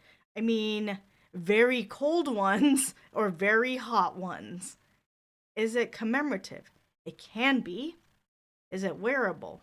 Usually not, but I mean, you can wear lots of things. Did these exist pre 1600? Yes. Is it a jewelry box? It can be. Is it a house? Maybe for a mouse or a louse. Is it alive on its entirety or partially? No. User doesn't count in this. Yeah, so if a user were to engage with it, that would be alive. But the Oh, thing I itself, see, I the thing see. itself alive, Yeah. no. Oh, I see. Is it a box? It can be. Is it an urn? It can be. The it was frequently urns, I think. Yes, no. I'm trying to help them because I think this is hard. Is it sold by Franklin Mint? I don't think so. I don't know everything that Franklin Mint sells, but I think it's coins, right? Is it a tchotchke? It can be. Is a Home Depot 5-gallon bucket? One might say that the Home Depot 5-gallon bucket is the modern version of this. Was it made in limited quantities? It can be. Is a musical jewelry box? It can be. Is it a vase? It can be. See, I think this is why it's hard. That's good. But people will then begin generalizing. Did it exist in BCE times? Yes. Is it a bedpan? It can be. Is it an outhouse? Usually not, no. Is it an amphora? It can be. An amphora is an example of it. Is it wooden? No. Is it a bowl? Can be. Is it some sort of bucket? Yes, it can be. Does it have something to do with funerals? It can. I mean, yes, it does have to do with funerals, I guess. Is it a barrel? It can be. Do people live inside of it? No. Is it a pot? It can be, yes. Is it a paint bucket? It can be. Salt cellar? Can be. Barrel? It can be. Is it an antique? Usually. Is it phylactery? I don't know what phylactery. It's meant to keep the soul of okay. a necromancer or Oh. a lich. The answer is yes. It can be phylactery, yes. It doesn't say can be. But you keep saying can be. Is it a vase? It can be. Is it a hole? No, but it has a hole sometimes, usually. Is it an urn? It can be.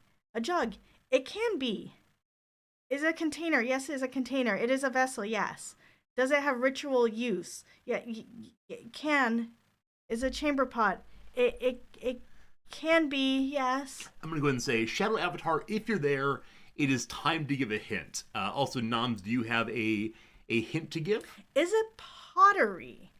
Is very close. Is very close. Is it pottery? Yes, absolutely, it's pottery. So the words that you have said, like vessel, vase, Those are all on the page. Is it a spittoon? It can be. Is it a jug? It can be. A coffee mug? It can be. These are all. Yeah, civilian. It is ceramics. Ding, ding, ding, ding, ding. Good job, civilian. Got ceramics. Yeah, it's very. I think it's very hard because It's the material. Yeah, but it's also not like it's a material, but it's not like porcelain. I think somebody asked, is it porcelain? Yeah. Because it's not the exact material, but it's like a type. It's true. Right? It's Like true. as it says, it's any of the various hard, brittle, heat resistant, and corrosion resistant materials made by shaping and then firing an inorganic, non metallic material such as clay. Right? So because it's kind of this, yeah, it's not like a scientific Yeah. material. I think it's hard. So apparently you said it can have electronics on it. It can have electronics in it. Like you can put You put your iPhone inside. See, this is why I said that some of your answers are muddying the water. And that's fine. That's fine. Just something to keep in mind as you go that certain kinds of I answers didn't want to make it too obvious. I agree. Because if I said, well, yes, an urn is a type of this, and a vase is an example of this, then it's like, then people are like, oh, well, what do all of these things have in common? So I think what I have in mind here, it's fine. You play the game, I'll play the game. There's a difference between saying, yes, it is a pot, versus yes, it's electronics, or can have electronics. Like Lots of people asked about music boxes. They did. And music boxes are made of ceramics, and they do have electronics in them. Absolutely. I mean, whichever way, you're doing great noms. I'm going to go put in the winner now. I'm going to do one myself. Well, No, I'm sorry. I see that I was invited to do this, then told that I was doing it wrong. It's not that you're doing it wrong. If someone asked in chat, why did you answer this way? You have to be accountable for your answers always. That's it. You did a great job. I enjoyed Nom's Dactyl.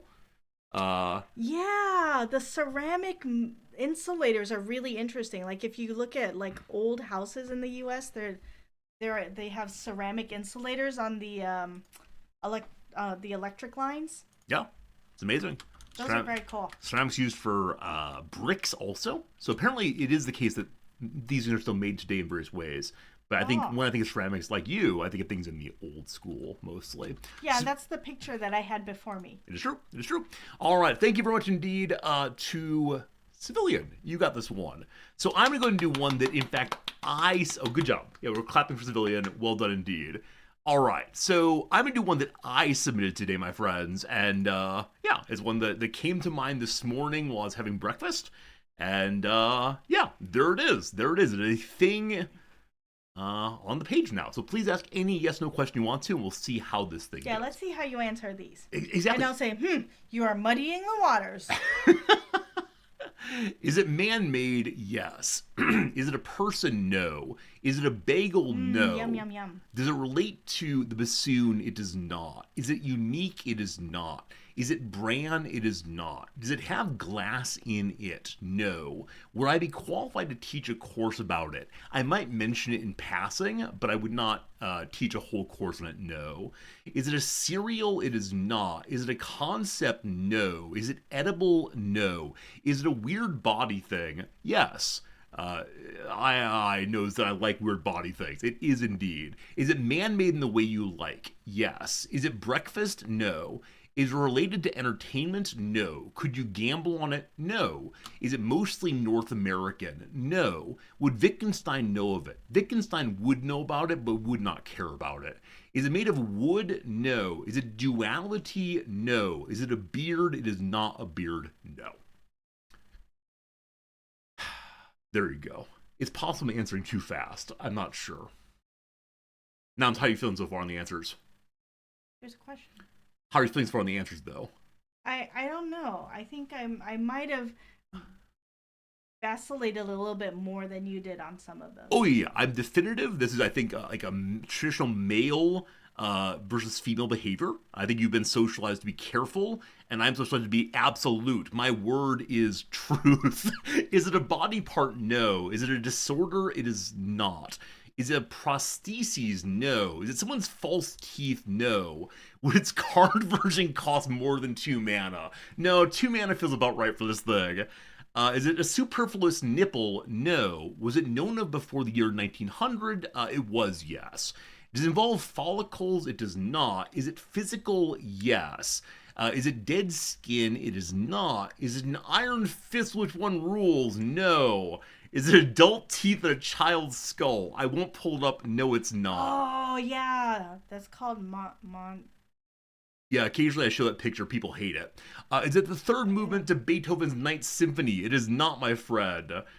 Do I have it? No. Is it belly button fluff? No. Is it linked with necromancy? No. Would sloths have it? No. Is it unique? No. If I could see it with the naked eye, does that mean I need a trip to the hospital? I want to say the answer is yes, but I think for the people involved in this, the answer is no. It is not hospital related. That's a good question, though. I like that question very much indeed. All right. Do average people seek a cure for this? No. Could you fit it in your mouth? Possibly. I don't know how large your mouth is, but I think the outcome of this, you could fit in your mouth, yes. Outcome is too strong of a word there, but we'll see. All right. Where are we? What are we doing? Can this be found in a normal, natural state of things? It is not a purely natural outcome, so to speak. It involves man-madeness, like I said. Does it have to do with double-jointedness? It does not. Not double-jointedness. Is it an above-the-waist weird body thing? It is not an above-the-waist weird body thing. Is it collectible? I don't think so, no. That's a good idea to try to hone in on the where in the body. Absolutely. These kinds of like splitting off parts of the world, so good. Absolutely. Is it male pattern balding? No. Is it a sickness? No. A pacemaker? No. Is it a goiter? No. Is it internal? No. Is it a power glove? If only, but no. The Nintendo Power Glove? Nintendo Power Glove.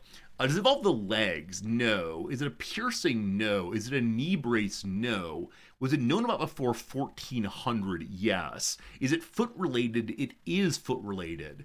Is it more specific than the topic of sickness? I don't know what that means. I'm saying no, though. Would it fall into orthopedics? It could. If it ceased to exist, would it take me more than a day to find out? Absolutely. I would not know within a day if this disappeared. Is it disgusting to gaze upon? Yes. Is it below the waist? It is. Is it polydactyly? No. Is it athlete's foot? No. Is it insoles? No. Prince Caspian? It is not. Would my friends envy me for having it? They would not. Is it ingrown toenails? No. Can you change this feature in Baldur's Gate 3? No. Is it foot? Oh, the wrong page. Sorry. Is it ceramics? Sorry. It is indeed foot binding. Foot binding. Amarth. Good job, my friend, on foot binding. The Chinese custom of breaking and tightly binding the feet of young girls to change their shape and size. They might say, Resorty, why did you think of this during breakfast? I have no idea. Also, Resorty, why did you want me to do this one? Because I submitted it. And so because I submitted it, I thought you might find it interesting to walk through my idea. That's fine. That's fine. Yeah, I agree. Absolutely disgusting to gaze upon. But there you go. There you go. There you go. That person's at least does not look too tiny. I think sometimes they get really, really tiny. Yeah, but you'll notice that the toes are curled in below. That is something. Oh, really? Yeah. Okay. I don't want to go too far into looking at these pictures. They are upsetting. Yeah. But yeah, the thought that smaller feet rather are more beautiful and more related to elite culture because you don't need to walk around. That sure is something indeed. Yeah, they would fit into climbing shoes very nicely. It's true. New foot binding for climbing shoes. That is a horror show indeed, but good job to Amarth. Amarthz. Well done on getting that one right. Pretty bad. Pretty gross. For you libertarians out there, if somebody wants to bind their feet, are you cool with that? I'm not so sure. Not a big fan myself. With that said, friends, unfortunately, it is time for us to turn in the other direction to go ahead and play a little bit of the Baldur's Gate 3, I think, though I've really enjoyed two things today. Number one, the Riz Dak was always so much fun. Number two, Noms, it's been really fun having you here today. I'm sorry that we ended on this awful note. I mean, do you want to do a happy positive one? No, I'm good. I'm just going to retrain my brain to think about pens again. Thank you. I mean, if you want to, Noms, you can submit to the Rizdactyl. Yeah, it'll be all pens. Maybe some stationery. You can do pens all the way you want to. Unfortunately, some that are very hard to get, I will exclude. So occasionally, my dearest viewers submit things like how to cite Wikipedia pages, which is a Wikipedia page, and I refuse to do that one. So yeah, feel free to submit things, but there's no guarantee you'll ever see them on stream because there are over 200 in the queue, and we do 2 to 3 a day, and more come in. It's a lot of fun, though. What's very nice is that you also get great ideas based on what people have guessed. Exactly right. Exactly right. Ingrown toenail. That's a great idea. Absolutely right. It's kind of gross, but yeah. That's fine. Well, poor Fritzward also almost had an ingrown toenail. It's true. It's true. Yeah, we fixed it. We noticed that one of Fritz's claws had gotten all the way curled around. It was bumping into his little foot pad, and so for the first time in his life, outside the vet, he had some home nail clipping, and man, he did not like it. And the first time we tried it, I didn't have him totally locked down, and he may have bit me a little bit. And as he bit me, unfortunately, Noms didn't quite push hard enough to get the nail off. And so, well, I heard a crunch and a clip, so I thought I got it. Yeah, unfortunately not. But we got that done. We've now clipped off 3 of his toenails. I'm going to go ahead and do the other ones as well. When I say clip off the toenails, I don't mean like declaw him or cut too far. He's not bled at all. But yeah, it's the kind of thing that I probably should have done more often, because he doesn't like scratching except for the walls, and we cannot allow that, of course. So yeah, we've given him so many possible scratching posts. He has rejected all of them. Yeah, he's just not a scratchy kid. Oh, speaking of Fritz though, Jan Noms took an awesome picture the other day that I've been meaning to show you all for a while. Right. Noms, did you have a chance to upload that? To upload it to me? Send me an email with it? Okay. Because I'd love to share it with people in a little bit here. Okay. If you can think of it. If you forget, no worries. Okay. All right, sweetie. Thanks for coming by today. I'll be done in about an hour and a half. Today went long on the intro. I was thinking about going out to look at pens. Enjoy looking at pens. No, like in person. That's fine. Enjoy looking at pens. I love you, sweetie. Love you too. All right, bye for now. Friends, welcome back to Baldur's Gate 3. I remembered to change the directory today. Can you believe it? All very good. Gru is wondering, reviews of X4 and Anno 1800. I've enjoyed Anno 1800 so darn much. It was my first Anno game, and I got a lot out of it. I think, unfortunately, one's first Anno game will be one's favorite Anno game, because they are a little repetitive going from game to game.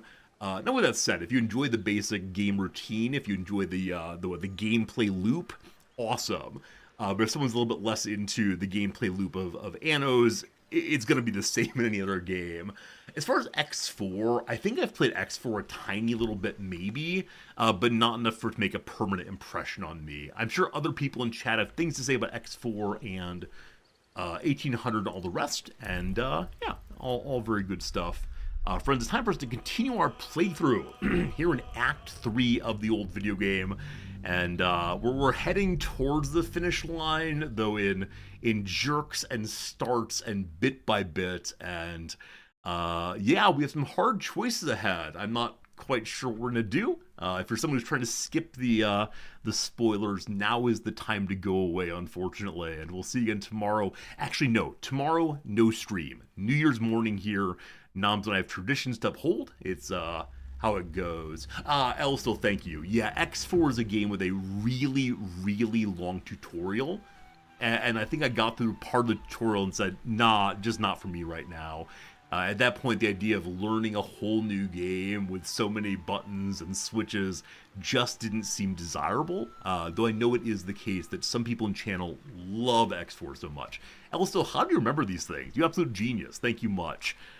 Friends, we are in the process of looking for a zombie, an undead creature who has been raised by a necromantic mummy. What we know from talking to other undead creatures is that the zombies are going to meet at a dock or pier. Brickadette, thank you for gifting a sub to the always amazing Elicidal. Thank you so much indeed to both of you for being here. And yeah, total of 77 gift subs. I like the, what's that called? The symmetry of 77. Ed, thank you so much for your gift sub. Yeah, so we know that this undead creature is supposed to be at a dock that is down the stairs and across some sand. So I've been trying very hard to find any places that are downstairs and have sand on them. And so I thought this place might be it. Unfortunately, it seems not to be. Behind the counting house, I don't know. This area here is off limits. It might have... I'm struggling, frankly, to find the place we need to go to. And I've been told by a number of people that if you don't stumble into this character in the natural progression of your playthrough, he ends up being very difficult to find. So back here is possibly some sand, but that we can see it makes me think we've been there before. I may just take some back seating on this one.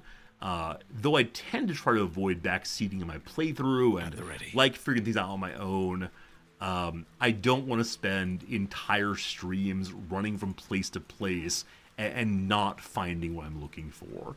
Now, one possibility, of course, is to say, okay, we're just not going to find this thing on the playthrough, and I guess that's fine, but it feels like a moment of, disappointment. Because I know I could wander everywhere. I met him before. It's possible. It's possible. I do recall meeting the undead fellow who wanted me to punch him in his stomach right here. I also do remember meeting an undead in the graveyard. We've gone and spoken to both of them, and they gave us what we know so far. The docks cross some sand. Do you want to play hot cold for it? That is a possibility. I'm going to go ahead and look behind this building and see what this is right here. I guess this part also. And once that's done, we may go ahead and just give up and say, team, please just tell me where it is, and that will be okay. So, over this way, are there stairs? There is a dock. We see no stairs. We see no... Hello, rat. Have we talked to the rat before? Let's see. Messenger rat. There's creeps in cloaks creeping around down in the sewers. We've engaged the sewers quite a bit. There may be more things down there, but I don't recall any of them. I believe that Messenger Rat is one that has been trained by Jaheira's messenger network to help figure out what's going on in the world. That's all pretty cool. Man, as we walk through here, there's so many places we've been to and stories we've completed. As I said before, in Act 3 here, it's just endless stories, and side quests galore in a way that the prior... What are we doing? Why don't we walk through the crowd? Pathing, we love you so much. The world is shaking, the elder brain is getting ever closer to this place, causing problems. There's a locked door up there. On some rogue playthrough, we'll check all these things out more. What's happening here? A person named Suspicious Foont has a line. Foont, what's going on with you? Stand back. I can't have laymen disrupting the ephemeral intricacies of the spirit field. Oh, unfortunately, no storyline. We'll see if the people in line know much about the spirits. Oh, gods, I can feel them all around me. Ghosts, like a horrible slimy breeze. Yeah, so it is the case. There's a house nearby, maybe even this one right here, that is currently full of possession, poltergeists, and so on. And so it might be the case that the poltergeists are getting out of the house and causing problems for other folks. But I don't know. Okay, I don't see a staircase to go down.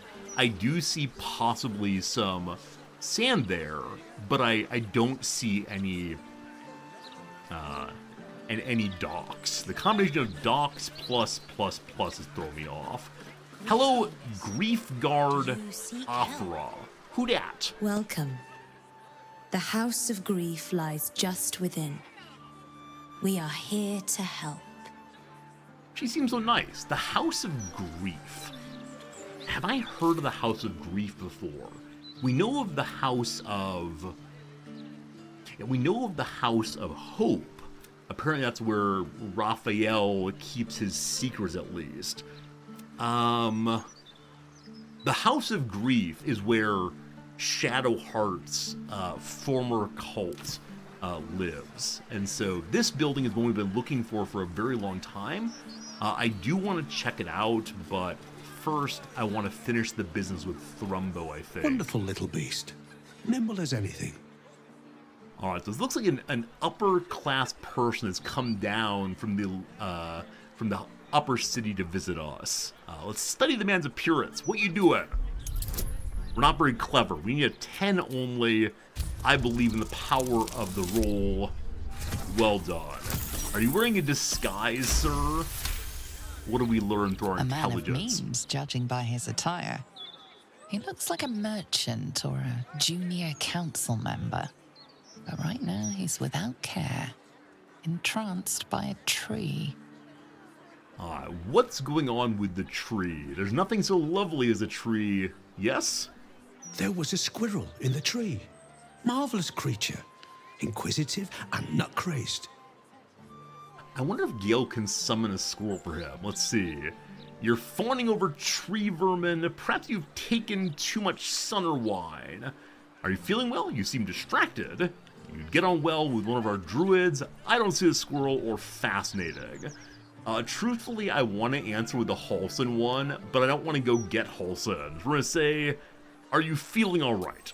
Oh, just tired, I suppose. It's been quite a long day. Or at least I think it has. You wouldn't happen to know where I live, would you? Okay, so another character is having problems with memory. The hag was the creature that was making people forget things, and she is no more, so I wonder why he's losing his mind. You seem confused. Have you taken a bump on the head lately? Or who are you? I bet he doesn't even know who he is, but let's see. I am very pleased to meet your acquaintance. And you are? This is more than a lapse, you sense. Something's been done to the man's memories. Huh. What do you remember? Is there anyone we can go to for help? We can detect his thoughts, which is very creepy, or say we're from the bank, give me money. What do you remember for anything, sir? I want to help you. I remember I was sad. But in truth, I'm not quite sure what caused it. I'm not even sure I know what sad is anymore. And I came from that building over there. They were very nice to me. Seemed very helpful. Although, for the life of me, I can't recall what I was doing there in the first place. As the Sharans have harmed him in some way, possibly. Is there anyone you can go to help? There must be, you would think. You know, I can swear there is someone, but their name escapes me. Hells, even their face escapes me. A figment of my imagination, perhaps. Oh, it will come back to me. Or not. I'm content enough here, in either case.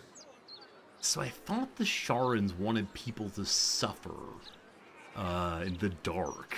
And so maybe he's in the darkness of a faulty memory. I don't know. So we'll need to go into the House of Grief.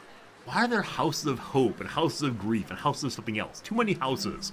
Need different names. But they'll have to wait for a moment. I'm going to run AFK right quick. Back in 3 minutes or so after the ad break.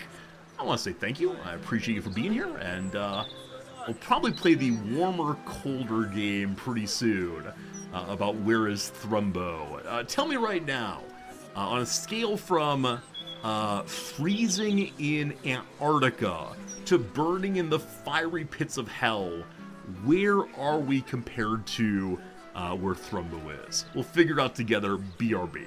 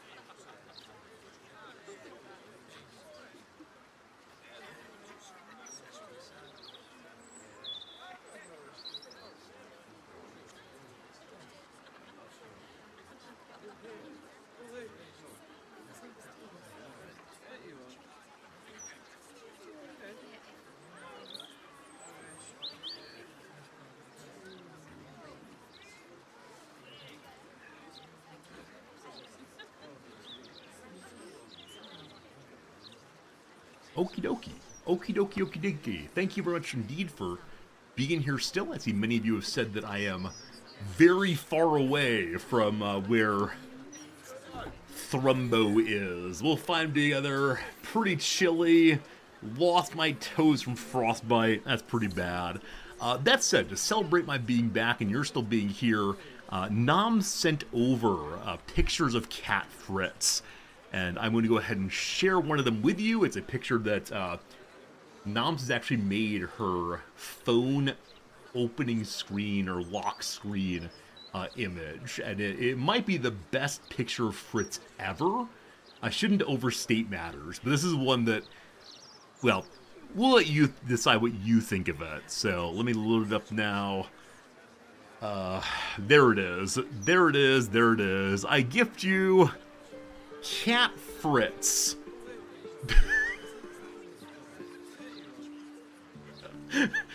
What's he doing? What's Cat Fritz doing there? A little tongue sticking out there. We can go and zoom in on tongue if you want to. Oh, what's Cat Fritz doing? Though it's the case that many cats do the blep thing, I don't think I've ever previously seen a cat doing the tongue taco. Honestly. And so he sat that way for like maybe a minute or two, actually. Long enough for us to go get our phone and take a photo. And I don't know, but I'm a big fan of this picture. I should probably submit to Reddit or something. Oh, green screen. Is that a problem on this screen also? It's not, actually. Oh. Oh, why is it a problem on one screen, not the other? Weird.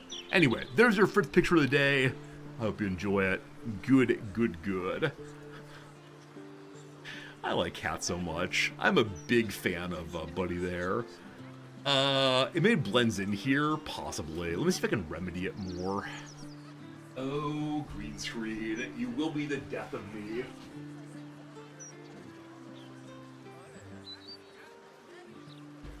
Oh, green screen.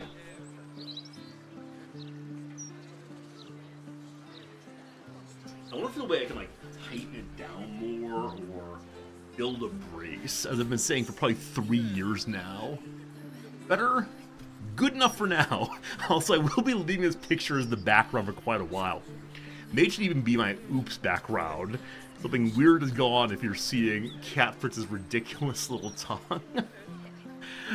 Thorn's cat just got a surgery, gallbladder removed.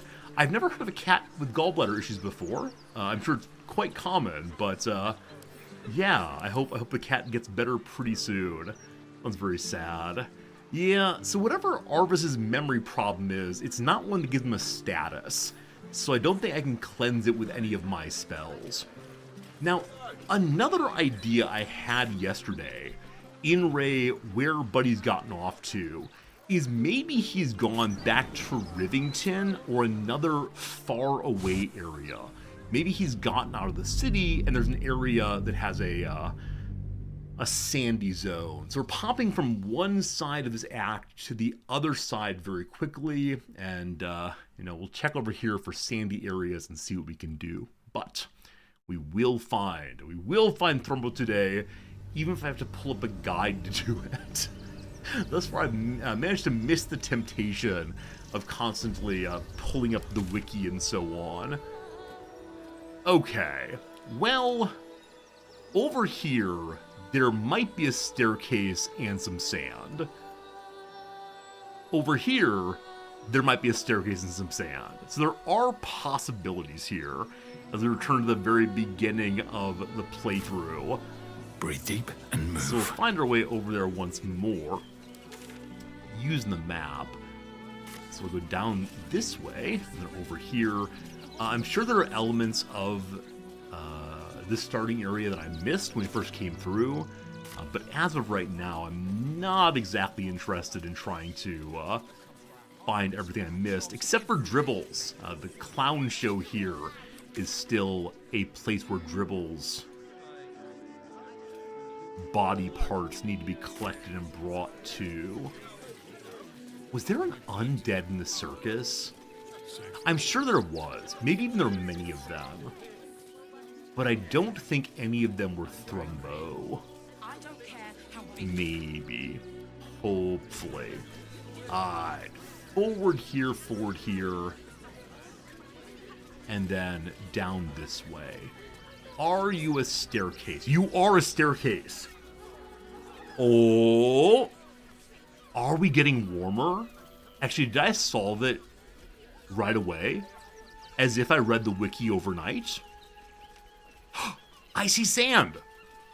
Wait, really? If you watch the VOD, I promised that I had this idea yesterday to go back to the beginning of the game. Are you a dock? You are. Sort of. Are you pretty busted up? You are. Is there... This is a new area. I've not been here before. A steam cloud.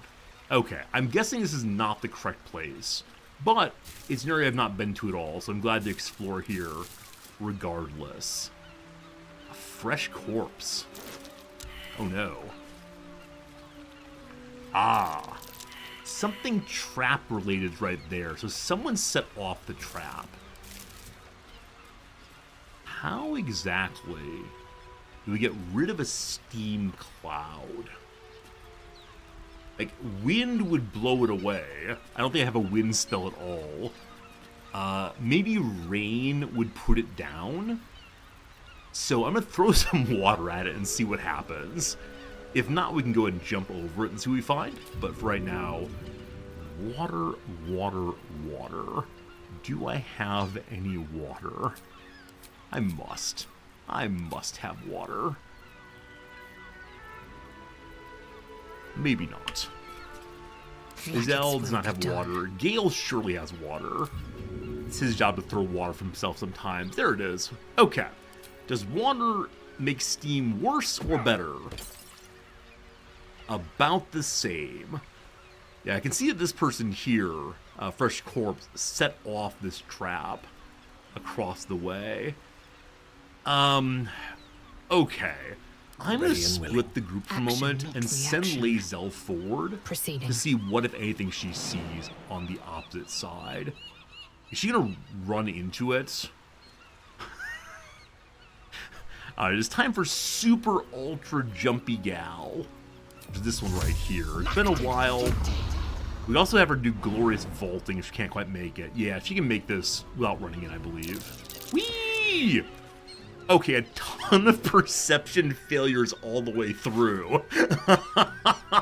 But someone ahead called for assistance. Who is down that way? Hopefully the assistance does not involve fighting. Though I believe that Lae'zel can take on absolutely anyone. Dying Stone Lord Thug. The Stone Lord is Minsk. He's been healed before. Gravely wounded, this person cannot be healed or saved. Well, time for a conversation. My legs. I can't feel them. May I carry you out? Let the boss know. Who's the boss? What happened here? Try and help him or end his suffering. There's a medicine success here. Who's your boss? Stone Lord. He'll saw this. He'll get him. You hear the blood gurgle in his struggling lungs. His last ounce of strength is spent. Oh man, that is quite the death animation there, my goodness. Yeah, we absolutely could get Minsk for this area, but my sense right now is that I'm not really interested in doing any of the Minsk storyline. And so maybe we'll save this area for a future playthrough. Yeah, I am curious about it very much indeed, but future playthrough for Minsk fun there. I've decided anything involving Minsk is not for us right now.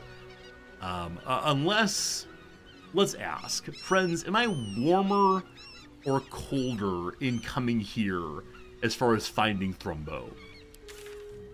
Down here, warmer or cooler? Somehow colder still.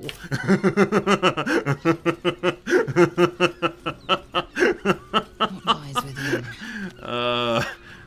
Somehow, amazingly, I know I've what done to it. do. We're gonna run in, aren't we? Lae'zel doesn't want to run in. That's fine. Just run through. You're fine. Wait, does Steam not hurt us? Oh. It's like a nice little sauna. That's lovely. I thought it was burning hot steam. This'll do. Now, maybe, Lae'zel herself is immune to fire damage or something. But good job, team. Good job, Never a dull team. moment. Never once Okay, so this area is not so good. We can go to the in-between, I suppose, of Worm's Rock. And off to the right there's an area that looks kind of sort of sandy. So my guess is that we are now warmer than we were, but that's not a terribly notable reward here. Nothing has really changed, I'm guessing, but... Oh, right, this is up. Well, that's north. That's south.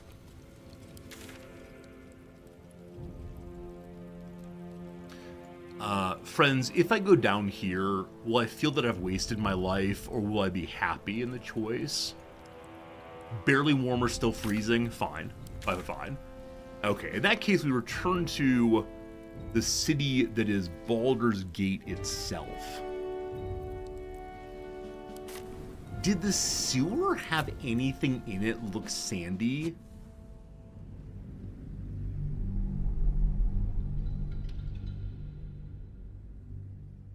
I don't remember anything, but that's not necessarily indication is lacking. What am I looking for? So I'm trying not to be backseated, Conway. It's good seeing you, but we're looking for Thrumbo, the undead fellow. We want to know his motivation for escaping, and if I can help him escape while also figure out how to stop the possession of our friend Oscar the artist. Yep, that's what's going on.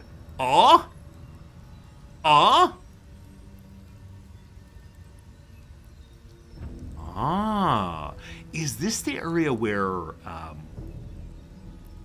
Ariel, that's not her name, Arabella is looking at a stone? Maybe.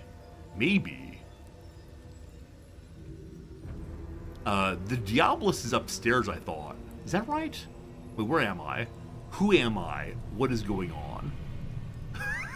Alright, we're up here at the Undercity Ruins. So, up through the Temple of Baal? No, that's not right. Is that right? Where was this? With haste. Well, this area's all cleared out, so I don't mind going down and through. It's hard to imagine that some random undead guy would have made it through the Temple of Baal.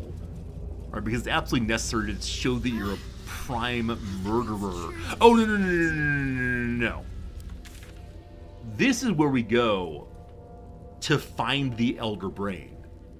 As we went to here, the Emperor said, "Whoa, buddy, hold on a minute. You're not ready to do this." Team, if I were to go here, would I be happy or sad? Is Thrumbo waiting in the area we're told not to go to? My guess is no. I'd be sad. Okay, that makes sense then. Complete waste of time. We don't want that. Okay, this is the area that Arabella was standing in, I believe. These are stairs. I don't think there's any sand. I mean, look, there's no way that Brother Man's trying to escape in the sewers. Team, I'm now going to declare the sewers are unnecessary for our mission. May we agree, no sewers needed? That seems likely to me. No sewers needed in this playthrough. No sewers needed. Boom. Good, thank you. Heading to the Heapside Strand. Boo sewers. More like booers, am I right? These are obviously docks. I believe we have walked all the way along here and not found them. Wait. Did the, what's his name? The Blushing Mermaid. Did the Blushing Mermaid have an undead in it?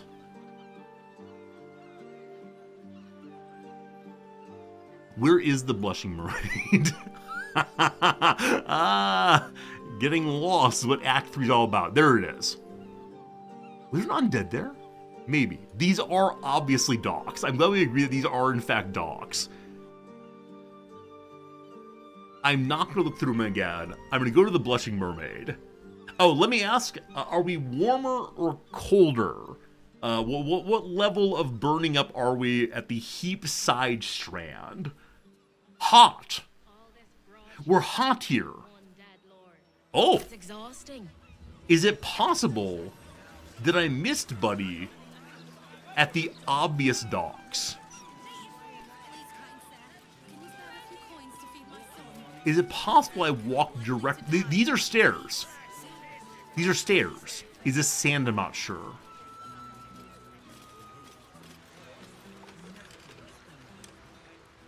Okay. Like, my current theory is that perhaps Brother Man died in the assault from, the sea monsters. We've talked to this, folks. They don't want to talk to me at all. We're doing careful searching this time for anyone who smells a little funny. Now, if I walked past him... Wait, is he invisible? Gale. You have my attention. Oh, you can see invisibility. Good. Have a lot on my mind. Well, in it. Maybe he's a shapeshifter. He is the smartest of the undead. So maybe he shape shifts. That's a boat. That is in fact a boat. Now, we've been over to this side before. We know full well there's nothing over here. I believe we've even gotten into the boat. Nothing is there. Elevator. Elevator? Elevator? Elevator. Huh.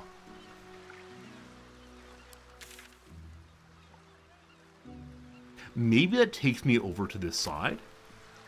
But how do we get the elevator down? We could shoot it. We cannot shoot it. Can we shoot it? Ew. Good job. Probably some mage hand nonsense or trying to jump up there. Jumping up there is death. That is not the issue. Or not the folks right now. No, never mind. Maybe Buddy is standing up somewhere? Hey, Vera, how's it going? Locked door. This seems unlikely. Okay, these are the people who are begging for money. This is a staircase. Yeah, the door is not locked, but it is red. I believe that means if I go inside, it's shameful behavior. But in the attempt to find and free an undead, it is time for us to go and do things we wouldn't do otherwise. Welcome, friends, to reading other people's mail. To One Eye. I don't know who you are, but I know we have a friend in common, a dear friend who I haven't heard from in a while. The last time we spoke, she said she was meeting you, and she hasn't been seen since. I'm not trying to accuse you of anything, but I am worried. If you know anything about her whereabouts, please come and find me. I'll be at the Water Queen's house. This is not Thrumbo, I don't expect. Well, let's find out. Hello. There's a hatch marked in here. Who lives here? What? What are you doing in here? The man's stench is unmistakable. Death, decay, despair. This must be Thrumbo, the runaway mystic carrion was so eager for you to retrieve. This is my spot. Go on, find your own. Was he inside of that wardrobe?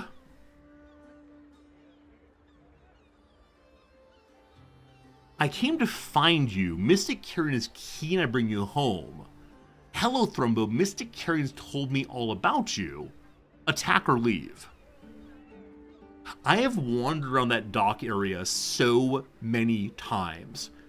I wonder if there's a place I could have gotten a clue that he was hiding inside of something. Thank you for mentioning the door is not locked, but shame on me for invading someone's home. Mystic Carrion told me all about you. Carrion? You're working for him? Not exactly. Oh, no. No.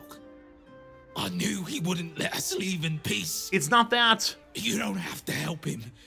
He's the one you should be after, not me. I kind of agree. Why should I be after him? You've met him. How can you need more justification than that? He murdered me. Murdered my friends, snatched us right up from the dockside and made us these things. Monsters. Fit for gutting and grinding and desecrating the dead. He constantly abuses us. Makes us do the worst things you can imagine. There used to be 5 of us. My friend Talus, he couldn't take it anymore.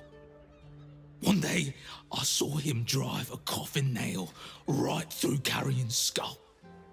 Then another, and another. We thought he had done it. Freed us all. Then when dawn came, Talus seized up suddenly like something had got a grip of him. We ran to help, but he just exploded. Oh no. I got so much blood and pulp in my eyes. Pulp! When I looked back, Carrion was just stood there, completely unharmed.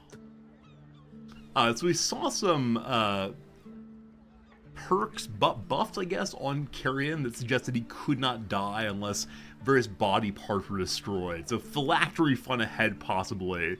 So I didn't know until just now that Carrion murdered these people. I thought he was finding random bodies and bringing them back from the dead, which is already offensive to our little paladin ways. However, murdering people is perhaps worse. The hard thing I'm stuck with right now is, as a paladin, we need to stop undeath in general.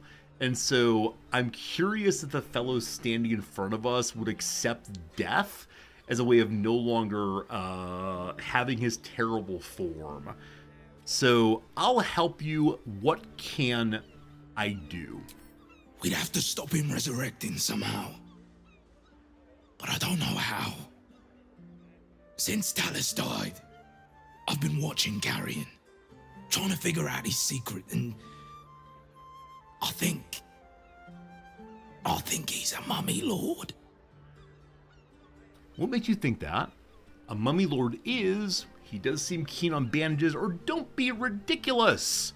What makes you think that? We're a paladin, we know things about weird monsters, I'm sure. After Talus died, Carrion blindfolded me and took me into a strange place. A foul and ancient place. Somewhere the living wouldn't dare to tread. Down there, he showed me a jar. Said it contained the secret to eternal life. And if I behaved, he would share it with me. I think it was his heart. I'm not stupid. I know what he did to my friend. Gods, how I'd love to smash that bastard jar. That's how you kill mummy lords, you know. Okay, so the place where living wouldn't dare to tread makes me imagine it's in the graveyard. And so we're going to go again and talk to the graveyard mistress and see if she will allow us to go hunting. If not, we may have to just go grave robbing, but hopefully the correct place. We'll see. I'll find and destroy the jar. Where should I start? Let's not be too hasty. You say this jar grants immortality? I think I'd rather kill you, or a theory I have no intention of testing. I'm not getting involved. I mean, obviously, paladin smash jar. I'm not sure. But in the house, beneath Carrion's salon, there's a chamber. He never lets anyone down there, so it must be hiding something important. Perhaps it's there. But be careful if you return to Carrion. He'll know you spoke to me. Make sure he doesn't see or smell you. He'll turn you into one of us, and he'll know I sent you. I don't want to die like Talus did. I want to live. Well, you know what I mean. So, I don't know if we're heading towards Oathbreaking. I think this is a case where fighting the greater evil is the correct way to go. But the minor unnatural beings I should probably deal with also, but we'll do that after our time with the Mummy Lord. So Brother Man suggests that the place we need to go find is underneath the salon that... Where is it? Yeah, over here. The salon that is kept by the Mummy Lord. We know right now there's an upstairs area in the Mummy Lord's home. I didn't see a way down at all. So maybe there's a way down at a different angle, possibly. But I'm going to go to the graveyard first. I want to explore my own theory about whether the graveyard might contain the place of evil and awfulness that mortals dare not tread? Probably not. But when we were there previously, we saw a number of vaults that had different people's name on them. Now, they probably will not be one that says Mystic Carrion. That seems a little ridiculous. So, unless the Graveyard Keeper knows something about who this Mystic Carrion is or was, I don't see us pulling this thing off in the way I want to. Am I going the right direction? No, I'm going absolutely the wrong direction. We'll see, we'll see. Yeah, so we don't want to go back to Mystic Carrion. We smell bad now. Is that actually a thing? May I use my soap to wash off the bad smell? Alright, so it's not an actual condition, like when we put feces on our face. But I'm guessing the game has now flagged us as being, in some ways, in league with demons. Speaking of which, this is the Diabolus home. That's not where we need to go. Over here instead. And again, this might amount to nothing. I've been a little disappointed by the way in which the quests don't intermingle in this game. That if you ask people about, or if you go to people who should have an opinion on these things, they just don't have anything. So the Graveyard Keeper should care very, very, very much about there being an undead monster somewhere in town. Hello again, Morbus. We found your friend. Down the stairs across the sand. Down the stairs across the sand. That's all he's got, unfortunately. Alright, Gorian or Gorian Mausoleum. What that is, I do not know. There she is. There she is. Hello, my friend. Do you want to help me fight a mummy lord? Breathe it in. The damp, the decay. The smell is sweeter than roses, for death is a gift worth cherishing. How might I be of assistance? I'm good, thanks. Very well. Well, we can't assume that the devs have everything figured out. That surprised me a little. There's nothing. Huhune Mausoleum. Gorian or Gorian Mausoleum. An unnamed one there. Over here, we have another one. Not accessible. So there appear to be the two that on the Grand one. I mean, Grand feels kind of right. Grind was the stepdad of the Ballspawn BG1. I thought so, Nooster. I thought it was like the ward of Gorion, right? That kind of thing. So presumably you don't have a key for this. I'm just curious right now. I'm just curious, how difficult is it to open? I don't think I'm going to do so, because grave robbing bad, okay. The right tools for the However, wrong trade. Only a 10. Well, I have a theory. I have a theory about phylacteries being buried here and there and everywhere. Which is not what let's move. Our friend told us. Nonetheless, apparently it's not a violation to go into here. I don't intend to grave rob at all, I don't think. But let's just poke around and see what we can find. Best be on my way. A lot of opulent chests. Number of traps to keep grave robbers away. That's just fine. Alright, just Anything a of little use? peek in the sarcophagus. It appears to be quite locked indeed. There's probably also a trap here. We're going to push it over or open just for a second. Quick little look. Offerings key. Everyone's blind now. That's fine. Got out of blindness. So those keys probably allow us to open the various chests. Don't care about that at all right now. Not a thief. On the side room we find Bunch of books. Corpse rows. Yeah, my sense of this place might be primarily about just stealing stuff, at least in this playthrough. A crumbling Seems simple journal. enough. I was still a supplicant when I came face to face with him. Masked in gold, his skin fine as worn as parchment. Doesn't Withers have gold on his face? I don't know. Jurgle the Death Keeper, the end of everything. I asked him what he needed of me. He asked a simple question: what is the worth of a single mortal's life? I knew not how to respond and said as such. I think we were asked this question very early game by Withers. It sounds familiar. Anyway, he seemed nonplussed, neither disappointed nor pleased. I fell to my knees in respect for his awesome power. This garnered no reaction. There I stayed, trembling with an emotion I could not name. And when I stood again, the final scribe was gone. Alright, so this old journal claims that, I think, Withers is the final scribe, Jurgal. J. Regal. Unfortunately, I don't know who that is. I'm guessing the old paladin would know, but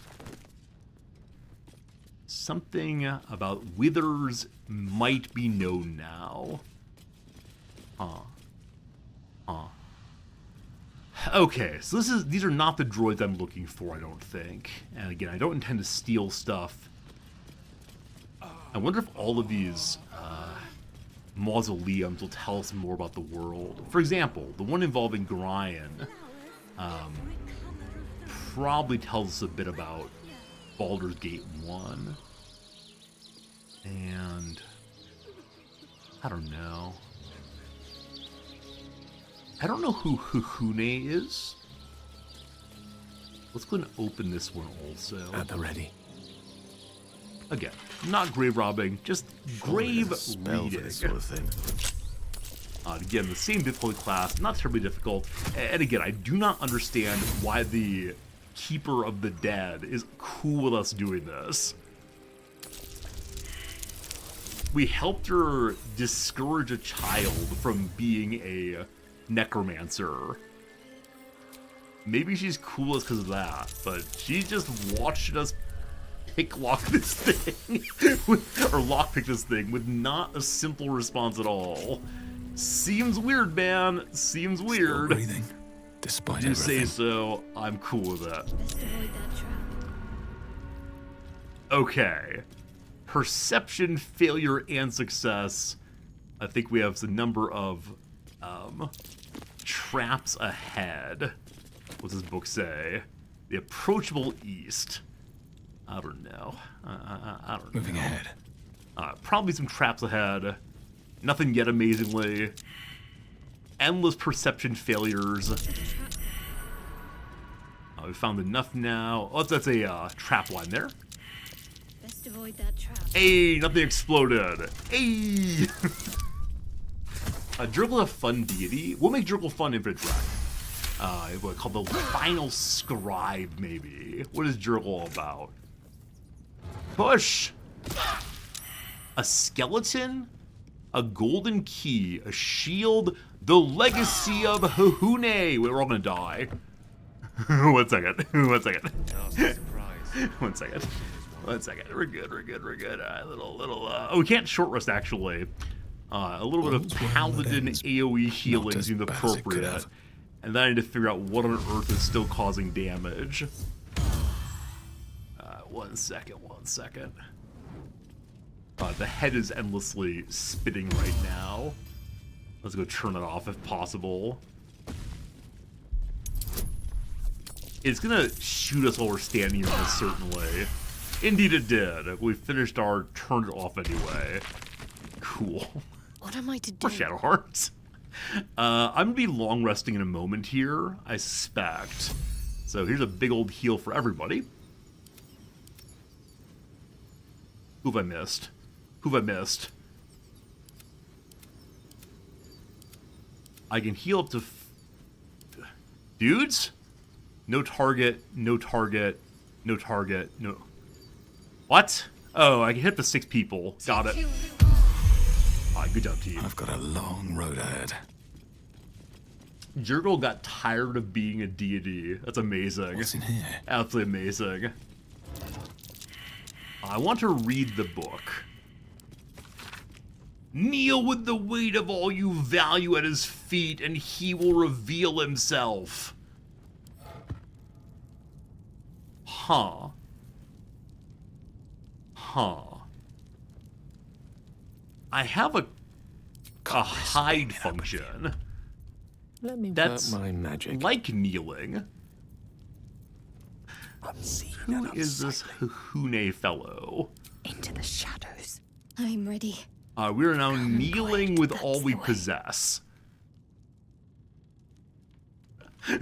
That seems not to be doing it. Let's all move over here. We're kneeling. We're kneeling, team. Keep going. What did it say again? Kneel with the weight of all you value at his feet, and he will reveal himself. So these are the feet of the sarcophagus.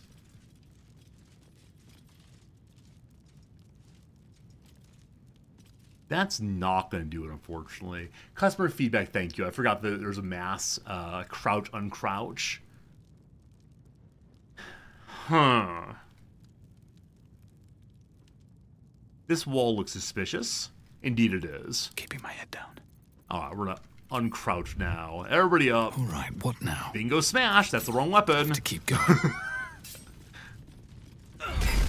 Does this count as being grave desecration? It may, in fact. Oh! The 2 mausoleums are connected. Oh. That's not what I expected. So time to learn a little bit about Baldur's Gate 1, I suspect. Huh. Huh. Things to read, I'm sure.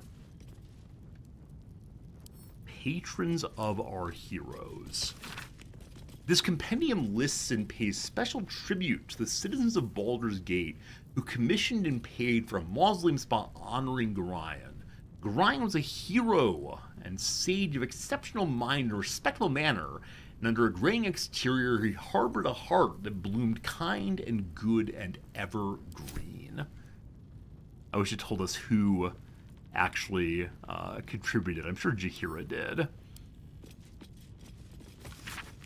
My bones ache, wounds long scarred throb as if new. I long for the comfort of my pipe and the warmth of my fire, but I cannot stop. Gods old and new, hear me. Grant me the strength to keep fighting, the courage to carve out a future for my children, and when I die, the peace that comes with knowing I did all I could. Stay a while and listen. Pile of money there. Maybe what it say is like, kneel at his feet. They mean brother man here. Also, there is a skeleton in the other mausoleum. We could pull the skeleton out of the sarcophagus and kneel at its feet. That feels bad, man. The cities are better than Enver Gortosh and his army of steel puppets. Let the city win, not him. So someone here is praying to an earlier hero of this place. They say that lighting a candle at the mausoleum of Gorion grants the writer a wish. I was never a superstitious sort, but desperation makes believers of us all. What's this no atheists and foxholes theory? Here's my wish! Please let me survive. I do not wish to be killed by cultists of any kind. I do not wish to be disappeared in the night or to be crushed beneath the steel shoe of an automaton. Steel shoe of an automaton, sorry. Everything seems so strange suddenly. Everyone seems so desperate. I'm alone in this world. If you don't look after myself, no one will. Maybe you would be willing to help me. Just tell me who you are. I will go protect you. Paladins are fun. Here lies Lord Gregorian Gorion, first High Constable of Baldur's Gate, the city's protector. Okay. I mean, I wonder if we have to be overloaded. Like, totally and completely as fat as can be in order to spawn the person we're looking for. Maybe. Here's a hole. Here we go.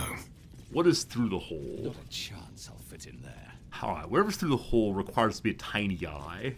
Gale has the ability to so might as well turn us into mist. Or I guess we can... I don't have familiar prepped right now. We'll go ahead and change out our spells so that we have available the turn to gas spell, which is yellow, I recall. Of the many yellow spells, there it is, gaseous form. All right, buddy. I think it's 2 folks can go through. It's only 1, actually. All right, so Boss Man's gonna try to sneak through and see what he finds. That's not a Gale-sized hole. Wrong character. Try again. The Durenbold Mausoleum. What's this? On my way. Have I been here before? There's a stuffed bear. What have I got myself into, team? So I don't think there's anyone in here right now. So I'll have Bingo poke around his own. Should I know who Durenbold is? Here lies the Houndmaster of the Durenbolds, surrounded by his loyal pack, good boys and girls all. Oh, that's sweet. Scratch, let's have a little time together with our own good Still boy. alive. What are we looking So that's for? Where are you going? Where are you going? Please don't set off traps. Where are you going, boss? Is there something in the sarcophagus? Delightful. Yeah, we're looking to see if there is a place in the graveyard where the mummy lord has perhaps hidden some part of his body. We know that, or we've been told there might be something underneath the master's room, but Better not be cursed. I wanted to explore a graveyard also. Brave and loyal Rocky, who saved his master from an ambush. Oh, puppies. Fearless Gordis, who would chase any prey and helped bring in our greatest trophies. This sarcophagus is broken. Maybe someone hid something there. Alright, big push, here we go. Didn't even need a bonus. I'm not stealing body parts of dogs, I promise. Oh, there's a dead dog in there, and then all of these balls. Is that how dogs want to be buried, surrounded by all their favorite Lionheart balls? Xena, fierce watchdog. At night, no one dared to pass her post. I'm guessing that some players come through here and steal all the things from the dogs. A young cave bear, killed and stuffed before its teeth were fully grown. Alright, so a stuffed bear. I do wonder what's inside, but another time perhaps. Okay, there is a sword here. It's a rusty spear, actually. Sorry, I can't see. Just looking to see if the Houndmaster became a mummy, possibly. Anybody? Yep. All these lovely dog collars. An arrow of dragon slaying. I've never seen that before. I was just looking! I was just looking! Help! Just looking! Resorty, you fool! You absolute fool! What have you done? I didn't touch anything! It's no, not Gale. It's for the greater good! The greater good! Oh no, friends. Am I a grave robber now? Critical miss, you fool! So with concentration... One second. Wait, we're bouncing back and forth. This feels bad. They're getting their turns. I don't want to kill these things. It's probably necessary that we do so. Oh, also, the Houndmaster gets a bonus from his little friends. Oh no, little friends. Okay. It's Scratch's turn. Forgot Still that on my Scratch feet. is here. Alright, hold off a second. Let Lae'zel turn into Lae'zel, please. Hello. Okay, you join the fight. And now Gale can send Shadowheart in. Bum ba dum ba. We're gonna have to cast level 5. That's a waste of a spell. Okay, in you go also. That's not a Gale. Huh, I keep clicking on another character and it gives me Gale anyway. Maybe I'm not clicking aggressively enough. Welcome, Shadowheart. I've never used Scratch in battle.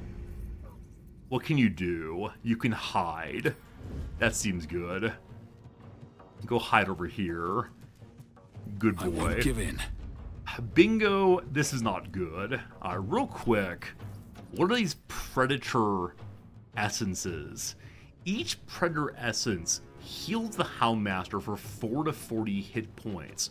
Moreover, he deals an additional 4 to 40 damage when he casts Grave Shot. Each one 4 to 40 bonus. That's not okay. I see that Bingo has all in on. We're going to turn that off. 80%, we're going to call that good. I'm sorry, puppy. I don't want this. But you've caused this. Okay. One dead dog. I mean, it's not a dog. It's an evil, spooky spirit. Right? We all agree that these are not dogs, and so I'm not in trouble for killing them. They're spooky spirits, and that's fine. I am fury. I am death. Lae'zel. It is time for Lae'zel to do the Lae'zel Be thing. true. Lae'zel has 3 attacks, and possibly a bonus attack. You missed twice, you fool. I pop the bonus turn. Get to it. 1. I should have killed dogs. 2. Miss! Oh, Lae'zel tried her best there. That was not very good, Lae'zel. I'm very disappointed in you, actually. Fast. Shadowheart, stop being gas, please. And then run and run. No run allowed. Got to move. Minimal run allowed. I pop the fun. Cool. Time to waste a short rest move. Cool. 12 HP left. All good. 53 damage on Lae'zel. And a big old heal. Yeah, that grave shot is no joke, is it? Lae'zel's quite low on health right now. The dog just yelled out a phrase in the English. That makes me believe that the dogs are... What's that? I've never done any stealth, so I'm guessing that's the last place that we were spotted. Time to push my luck Maybe. again. Alright, Bingo. Do it to it. Rocky must be dealt with. Rocky is now dealt with. We only have 1 XP for that. Oh, that's pretty bad. There's no way for me to get up there and use my bonus attack, so I'm going to hang out here again. What should I do? Shadowheart, Shadowheart. 4 HP needed. Good job. That is your turn. Victory awaits. I probably should have Lae'zel heal herself. Good. Now 3 attacks to get the win. I didn't enjoy that. I didn't enjoy that even a little bit. That was not a fun fight. But we did what must be done. I will not steal anything from any of them, except traps, maybe from the please. Houndmaster. Did anything kind of cool there. Also, Gale is stuck in another room still. Scratch is still sneaking. I wanted to have a nice experience with Buddy Scratch. Didn't quite work out. Indolence breeds Lacelle, madness. have you... are we in a long rest now? Looking ahead. Maybe. Gale, hello. So I suspect I missed something over in the other... yeah, over in the other area. The prior sarcophagus, you know, kneel at his feet with all your weight and so on. On my way. I sort of suspect that we need to be encumbered and then go there, but No time to rest. that's okay. Don't waste a step. Can we go outside off of this? I'll give it a shot. We can. We can. This takes us... Okay, it is part of the, Noise. graveyard I've missed before. I didn't realize there was a way getting into that one. Fine. I think we're just going to do the thing that Thrumbo told us to do, namely to go into this house right here, and not be noticed by the master. Find a way into the basement of it. Before that, though, it is in fact time for a long rest. Gotta make sure we're in fine fettle to fight a giant mummy lord level 12. I'm kind of guessing this might be one of the harder fights in the game. I think I've said that quite a bit recently, but, you know, we'll see how it goes. And then after the Mummy Lord, I think we're going to go check out the House of Grief, and then the House of Hope, and then go fight the Elder Brain. I left Gil behind, or did I actually? Is Gil not here for the long rest? We're a long way from water. He's right here. Sort of.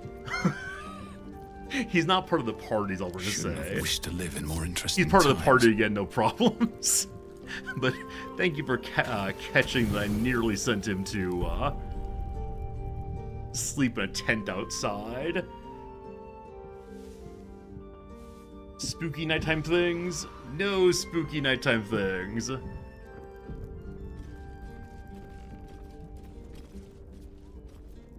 We'll head back to where we were a bit ago.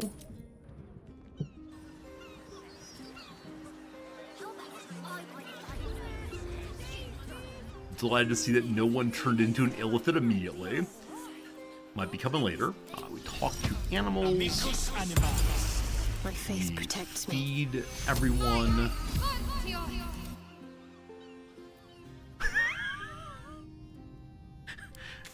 Gil, you're good. Gil, you're good. Don't worry, buddy. Alright, we didn't feed Gale this time, but he'll be fine. Oh, I have the magic touch. Who needs the food? Okay, so Gale's going to light himself up. See invisibility. Long Strider on one and all.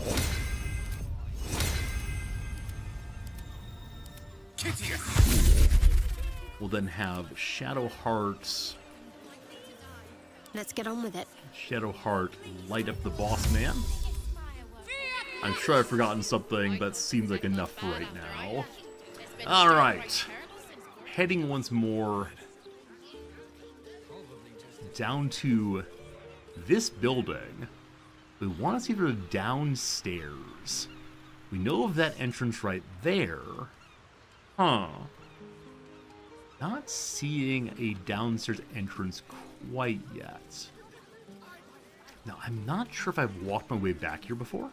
I guess I did, to find this chest at all. This area is not jumpable. Okay, maybe there's something on the other side here. Or run to here and then see if we can jump down this way. Once we're closer. Awaken, little one. Flower and I think we brought a druid, a Halcyon, to talk to this druid. It amounts to absolutely nothing, unfortunately. We can't jump down there, unfortunately, and I think that's gonna be about that. So we're going to go inside and look around a little bit. What I am curious about, we're told there's an area underneath Mystic Carrion's salon. This might be a case where we need to go upstairs to go back downstairs. I wonder if the fellow who gets punched in the stomach for fun might have some knowledge of where the downstairs area is. I've gone and talked to the fellow in the graveyard, but not to the fellow in the alleyway. Whichever way, let's go and pop up here and see what we find. Wait, what's this? Huh. Spooky little corner there, might be worth investigating later. Top of the stairs, we know there is not an easy way in. We have no key, but seek and you shall Gale, find of me. course, is our key. And some of you said, Resorty, use the knock spell.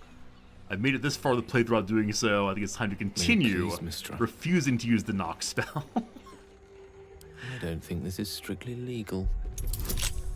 Alright, 15 we can do. I did not put guidance on. I should have done that, absolutely. Not that it would matter at all in this case. We'll try again. And this time we'll put guidance on. And it will all work out perfectly. Hey! When we need guidance, we don't put it on. We don't need guidance, we do put it on. I wonder if there'll be anything to fight inside of this next room. And again, I'm not intending to steal from this guy. I just need to find his body. No one back home will ever believe this. So, Should mind my step. in the upstairs area, mind if you destroyed things? Okay, there are creatures in here, including a fellow named Ligus. Ligus, please understand. Please, kind sir. Please, Father Carrion. Father Carrion. I wonder if it means he was once a priest, father, or if he's father because he spawned these creatures. Please, Father Carrion, I beg of you.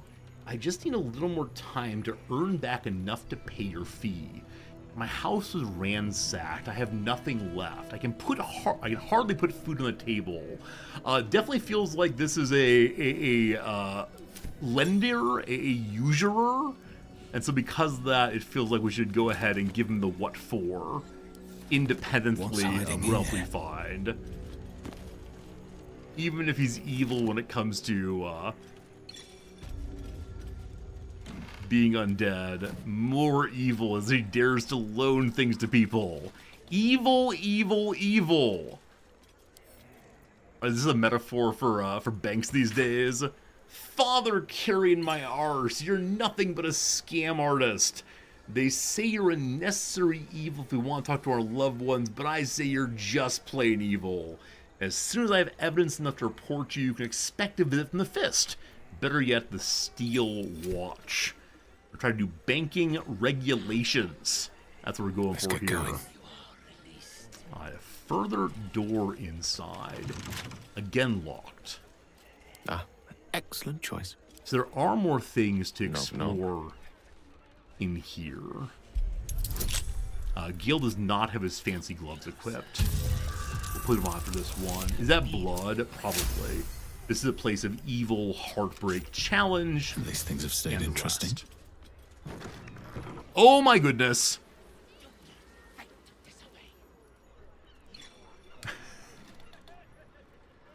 I was gonna say a moment ago, my stomach is feeling a little queasy this morning.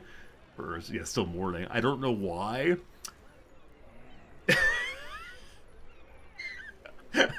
I'm fine now. I just didn't expect to find what we just found. Friends, I give you the place of necromancy, I guess. This is the most disgusting room in the entire game thus far. I believe it is the case that he is evil, evil, evil. Something good here. That smell. These corpses aren't the freshest. Is he intending to make an undead catch a army? What is the intention here? Or is he just, like, playing with bodies? Huh. Well... well... the game is trying to make quite clear, you know, this guy might in fact be evil. And I think, yes indeed, he might in fact be evil. Oh yeah, it must feel horrible in here. I can't even imagine. Hey, here's the downstairs. I can't even imagine how bad this smells. I've smelled like a little rotting meat in my life. That's a lot of rotting meat all in one place, so guessing that is that. I'm curious what's upstairs. There's a second and third level we can go to, but man, it's time to never have smell-o-vision in this game, I've decided. Alright. In the downstairs, we find Filgrave's mansion basement. We're still not quite sure who Filgrave is. If it's the case that, you know, Filgrave was a person who asked for help, and turns out that Filgrave gave up his house to talk to the dead, maybe. Lots of lovely things to grab. Garlic. I don't think that's part of fighting mummies. How does one fight mummies? I assume tons and tons of fire. So this person's a simple alchemist, a simple herbalist. There's no witch here, I'm sure.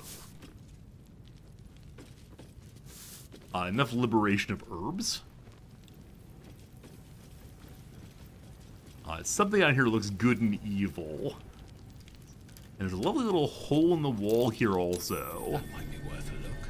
That might be worth a look, they say. Chance I'll fit in there. It's another spot to pop through in the future. I'm gonna go check the other room first and then come back this way. It's so funny there's a perception check on this room. Or on this hole, rather. I think pretty much anybody can see that. Now, I realize that good old Bingo's a bit dumb. However, is this room trapped? There's ways to make more undead things. Speak to the dead and so on. I suspect that none of the carrion bits are put together well enough to talk to them. Alright, this is the thing that had the color of evil on it. What is this? A standing brazier. I'm gonna smash it. Hopefully that helps the fellow be a little bit more dead than before. A mummy's memories. So what does Buddy remember of himself?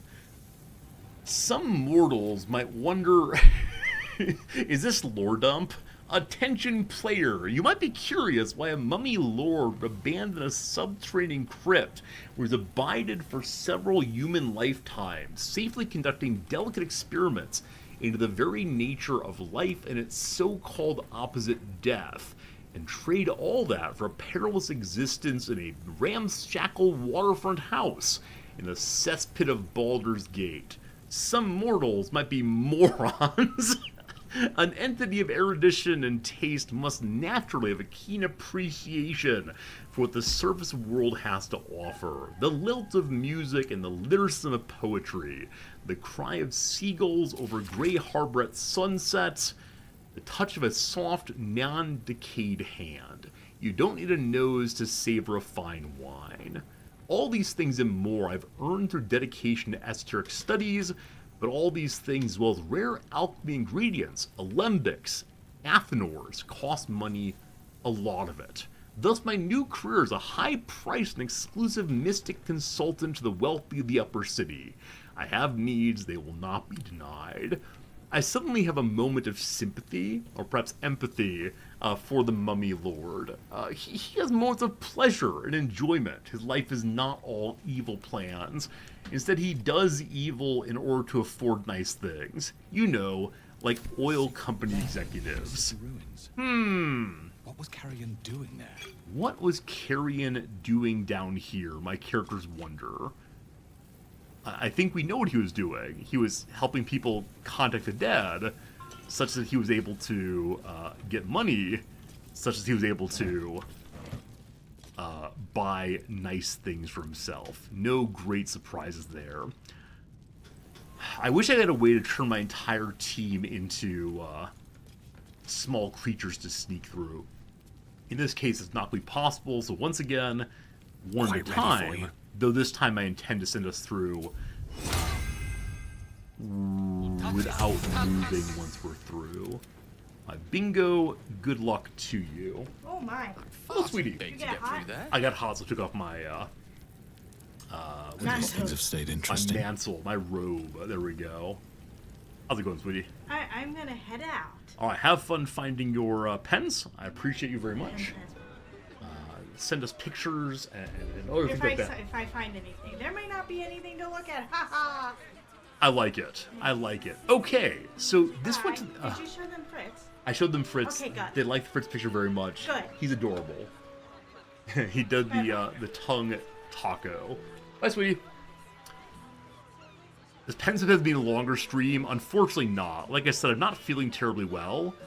It is the case I usually end at noon to spend time with my wife. She'll not be here, so fair question. Should I stream longer? But no, my tummy's feeling off a little bit, and I'd prefer not to stream while not feeling terribly well. Okay. No one back home will ever believe So this. maybe this is not the place where he How much keeps farther can I his go? soul or his heart or whatever. We know that there are multiple body parts we need to destroy in order to weaken Buddy as much as possible. The brazier can't be destroyed, actually. And we found exactly none of them so far. Huh. Now, I haven't looked through everything. Also, we're told that the place where he kept his body parts was somewhere where mortals would not tread. Perhaps that is back in the body room. I didn't poke through the body room terribly well.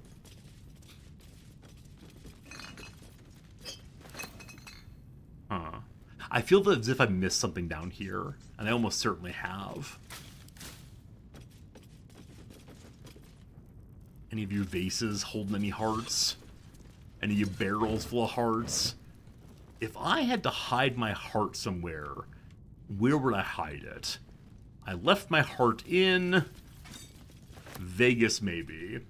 What's the journal say? All right, look here, you with your sensible questions. Let's see what the journal says. We found the ancient lair the mystic Carrion wrote about. We should look for clues about where his heart might be. I saw a book a moment ago I did not immediately read. Open up. Looking for clues. Looking for clues. I'll read that book in a moment. I mean, I read A Mummy's Memories. There was nothing in that about his body parts, I don't believe. But there's a book here I believe I skipped past. I may have grabbed it and not read it at the moment. Let's see. True enough. Clues. Stamped in the M papers indicate this book was once part of a library of the High Heralds when they occupied Moonrise Towers. I'm not going back to Moonrise Towers. The librarian's summary reads as follows. Very old scholarly treatises about obscure necromantic tomes and codices, their mystic and arcane locks, and how to unlock and decipher them. At the end, the librarian appended the following note. Urgent request from researcher Ilan Toth to borrow the book, officially denied. Ilan Toth. I don't recall that name from anything. Stated casual interest in the notorious necromancy of Fae. We've seen that book in the archives below the sorcerer's place. Necromancy of Fae is a clear warning sign his interest is anything but casual. In any event, this isn't even the book he wants. That's the Tharkiat Codex. I think that every day, Tharkiat Vigor. So every day, Bingo gets a bonus for having read that book.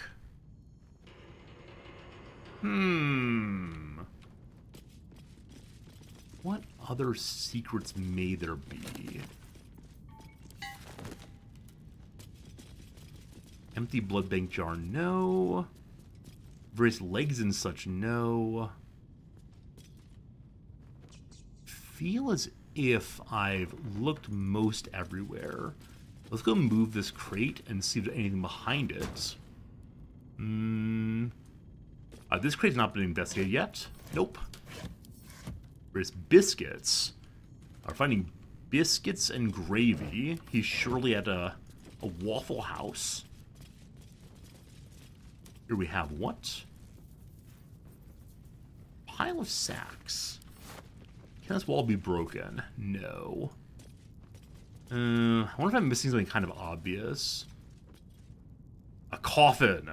Maybe it is in the graveyard after all. Okay. What have I missed? I have to find a jar with his heart inside and destroy it. A team is the jar I'm looking for in this room. Like, I see a number of jars. I'll take this. I can start just throwing jars on the ground. Here, I have found a jar. Let's see how this goes. Jar. Here's a jar. Well, that didn't do it. I should just throw everything around. Yeah, I wonder what I missed down here. I'm gonna go up one floor. Let's see what and this see. does. We notice a hole there, where the hole might tell us he keeps his heart outside somewhere. This seems very unlikely, though. At this level, I don't think I missed anything. The journal grayed out some info I need. Oh, really? Okay, thanks for catching that. Ah! Thank you. We discovered that Mystic Carrion used to work from an ancient subterranean crypt. If found the lair, we're bound to find most of his well-guarded secrets. Might have luck looking for it in the sewers.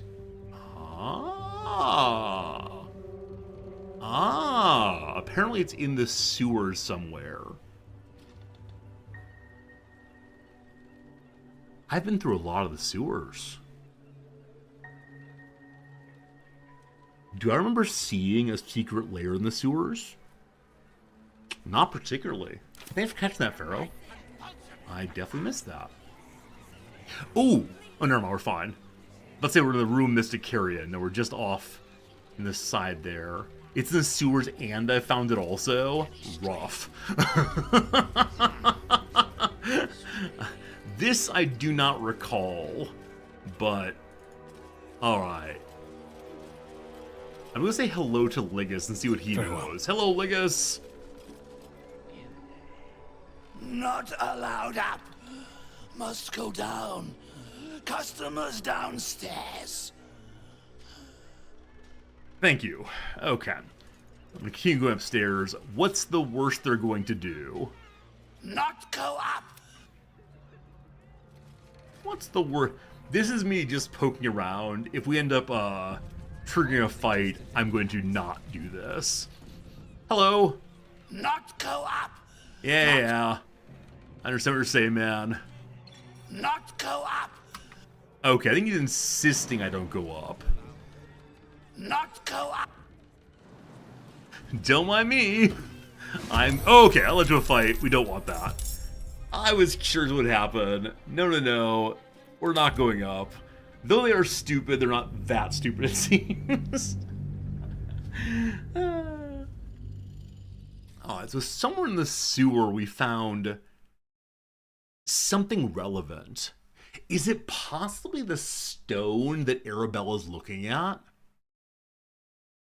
That was a notable magic-y thing in the sewer. I remembered that.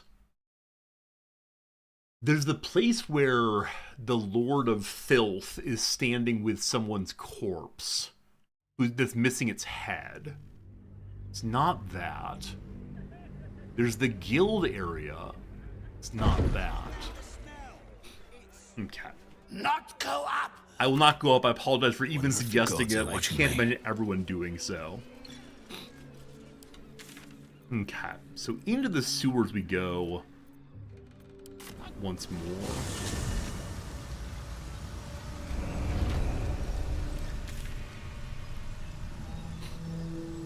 Okay, Arabella is looking at a stone here.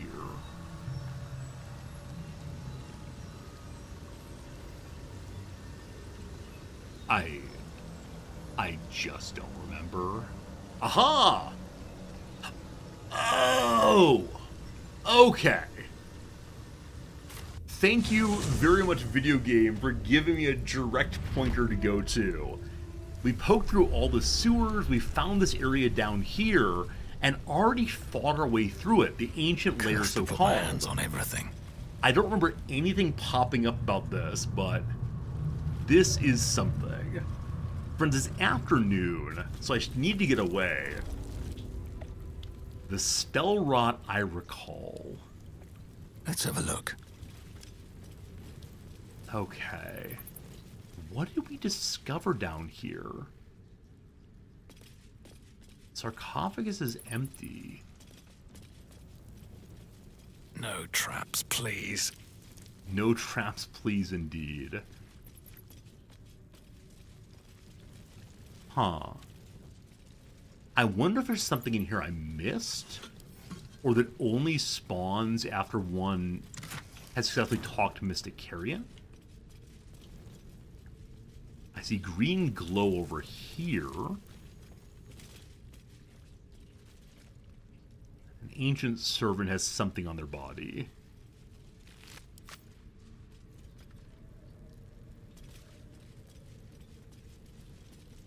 So this gilded chest, well, do I need to open all of them? We're smashing pots.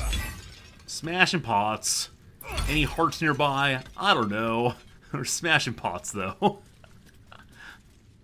I'm trying to remember if I discovered anything here that struck me as strange at the time. Is there a way to get through here, possibly? I don't recall any perception fails or any walls that seemed unusual.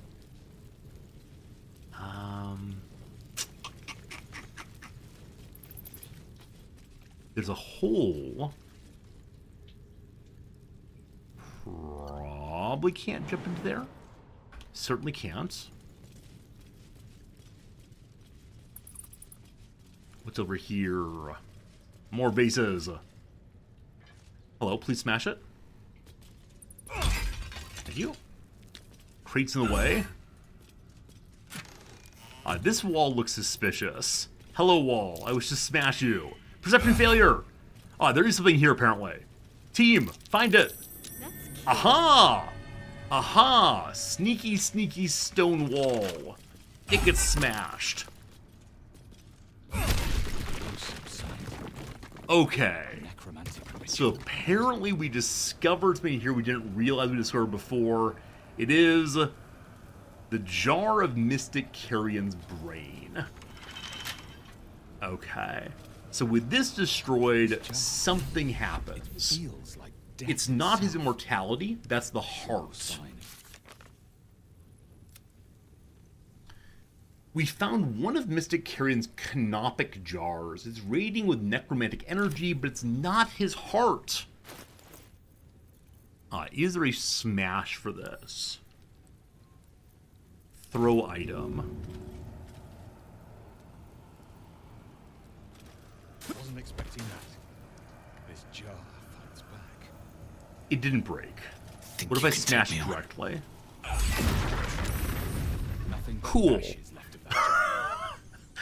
I wonder if Mystic Carrion knows that his brain has been destroyed. If he's aware that someone's poking through his things and causing problems, perhaps. A ribcage could hold a heart. It does not. I'm sorry I caught you on fire. It had to happen. Man, lots of necromancy here, huh? Like I said, I do need to get out of here. But I'm so curious we're going to find deeper inside. Funerary jar form and function.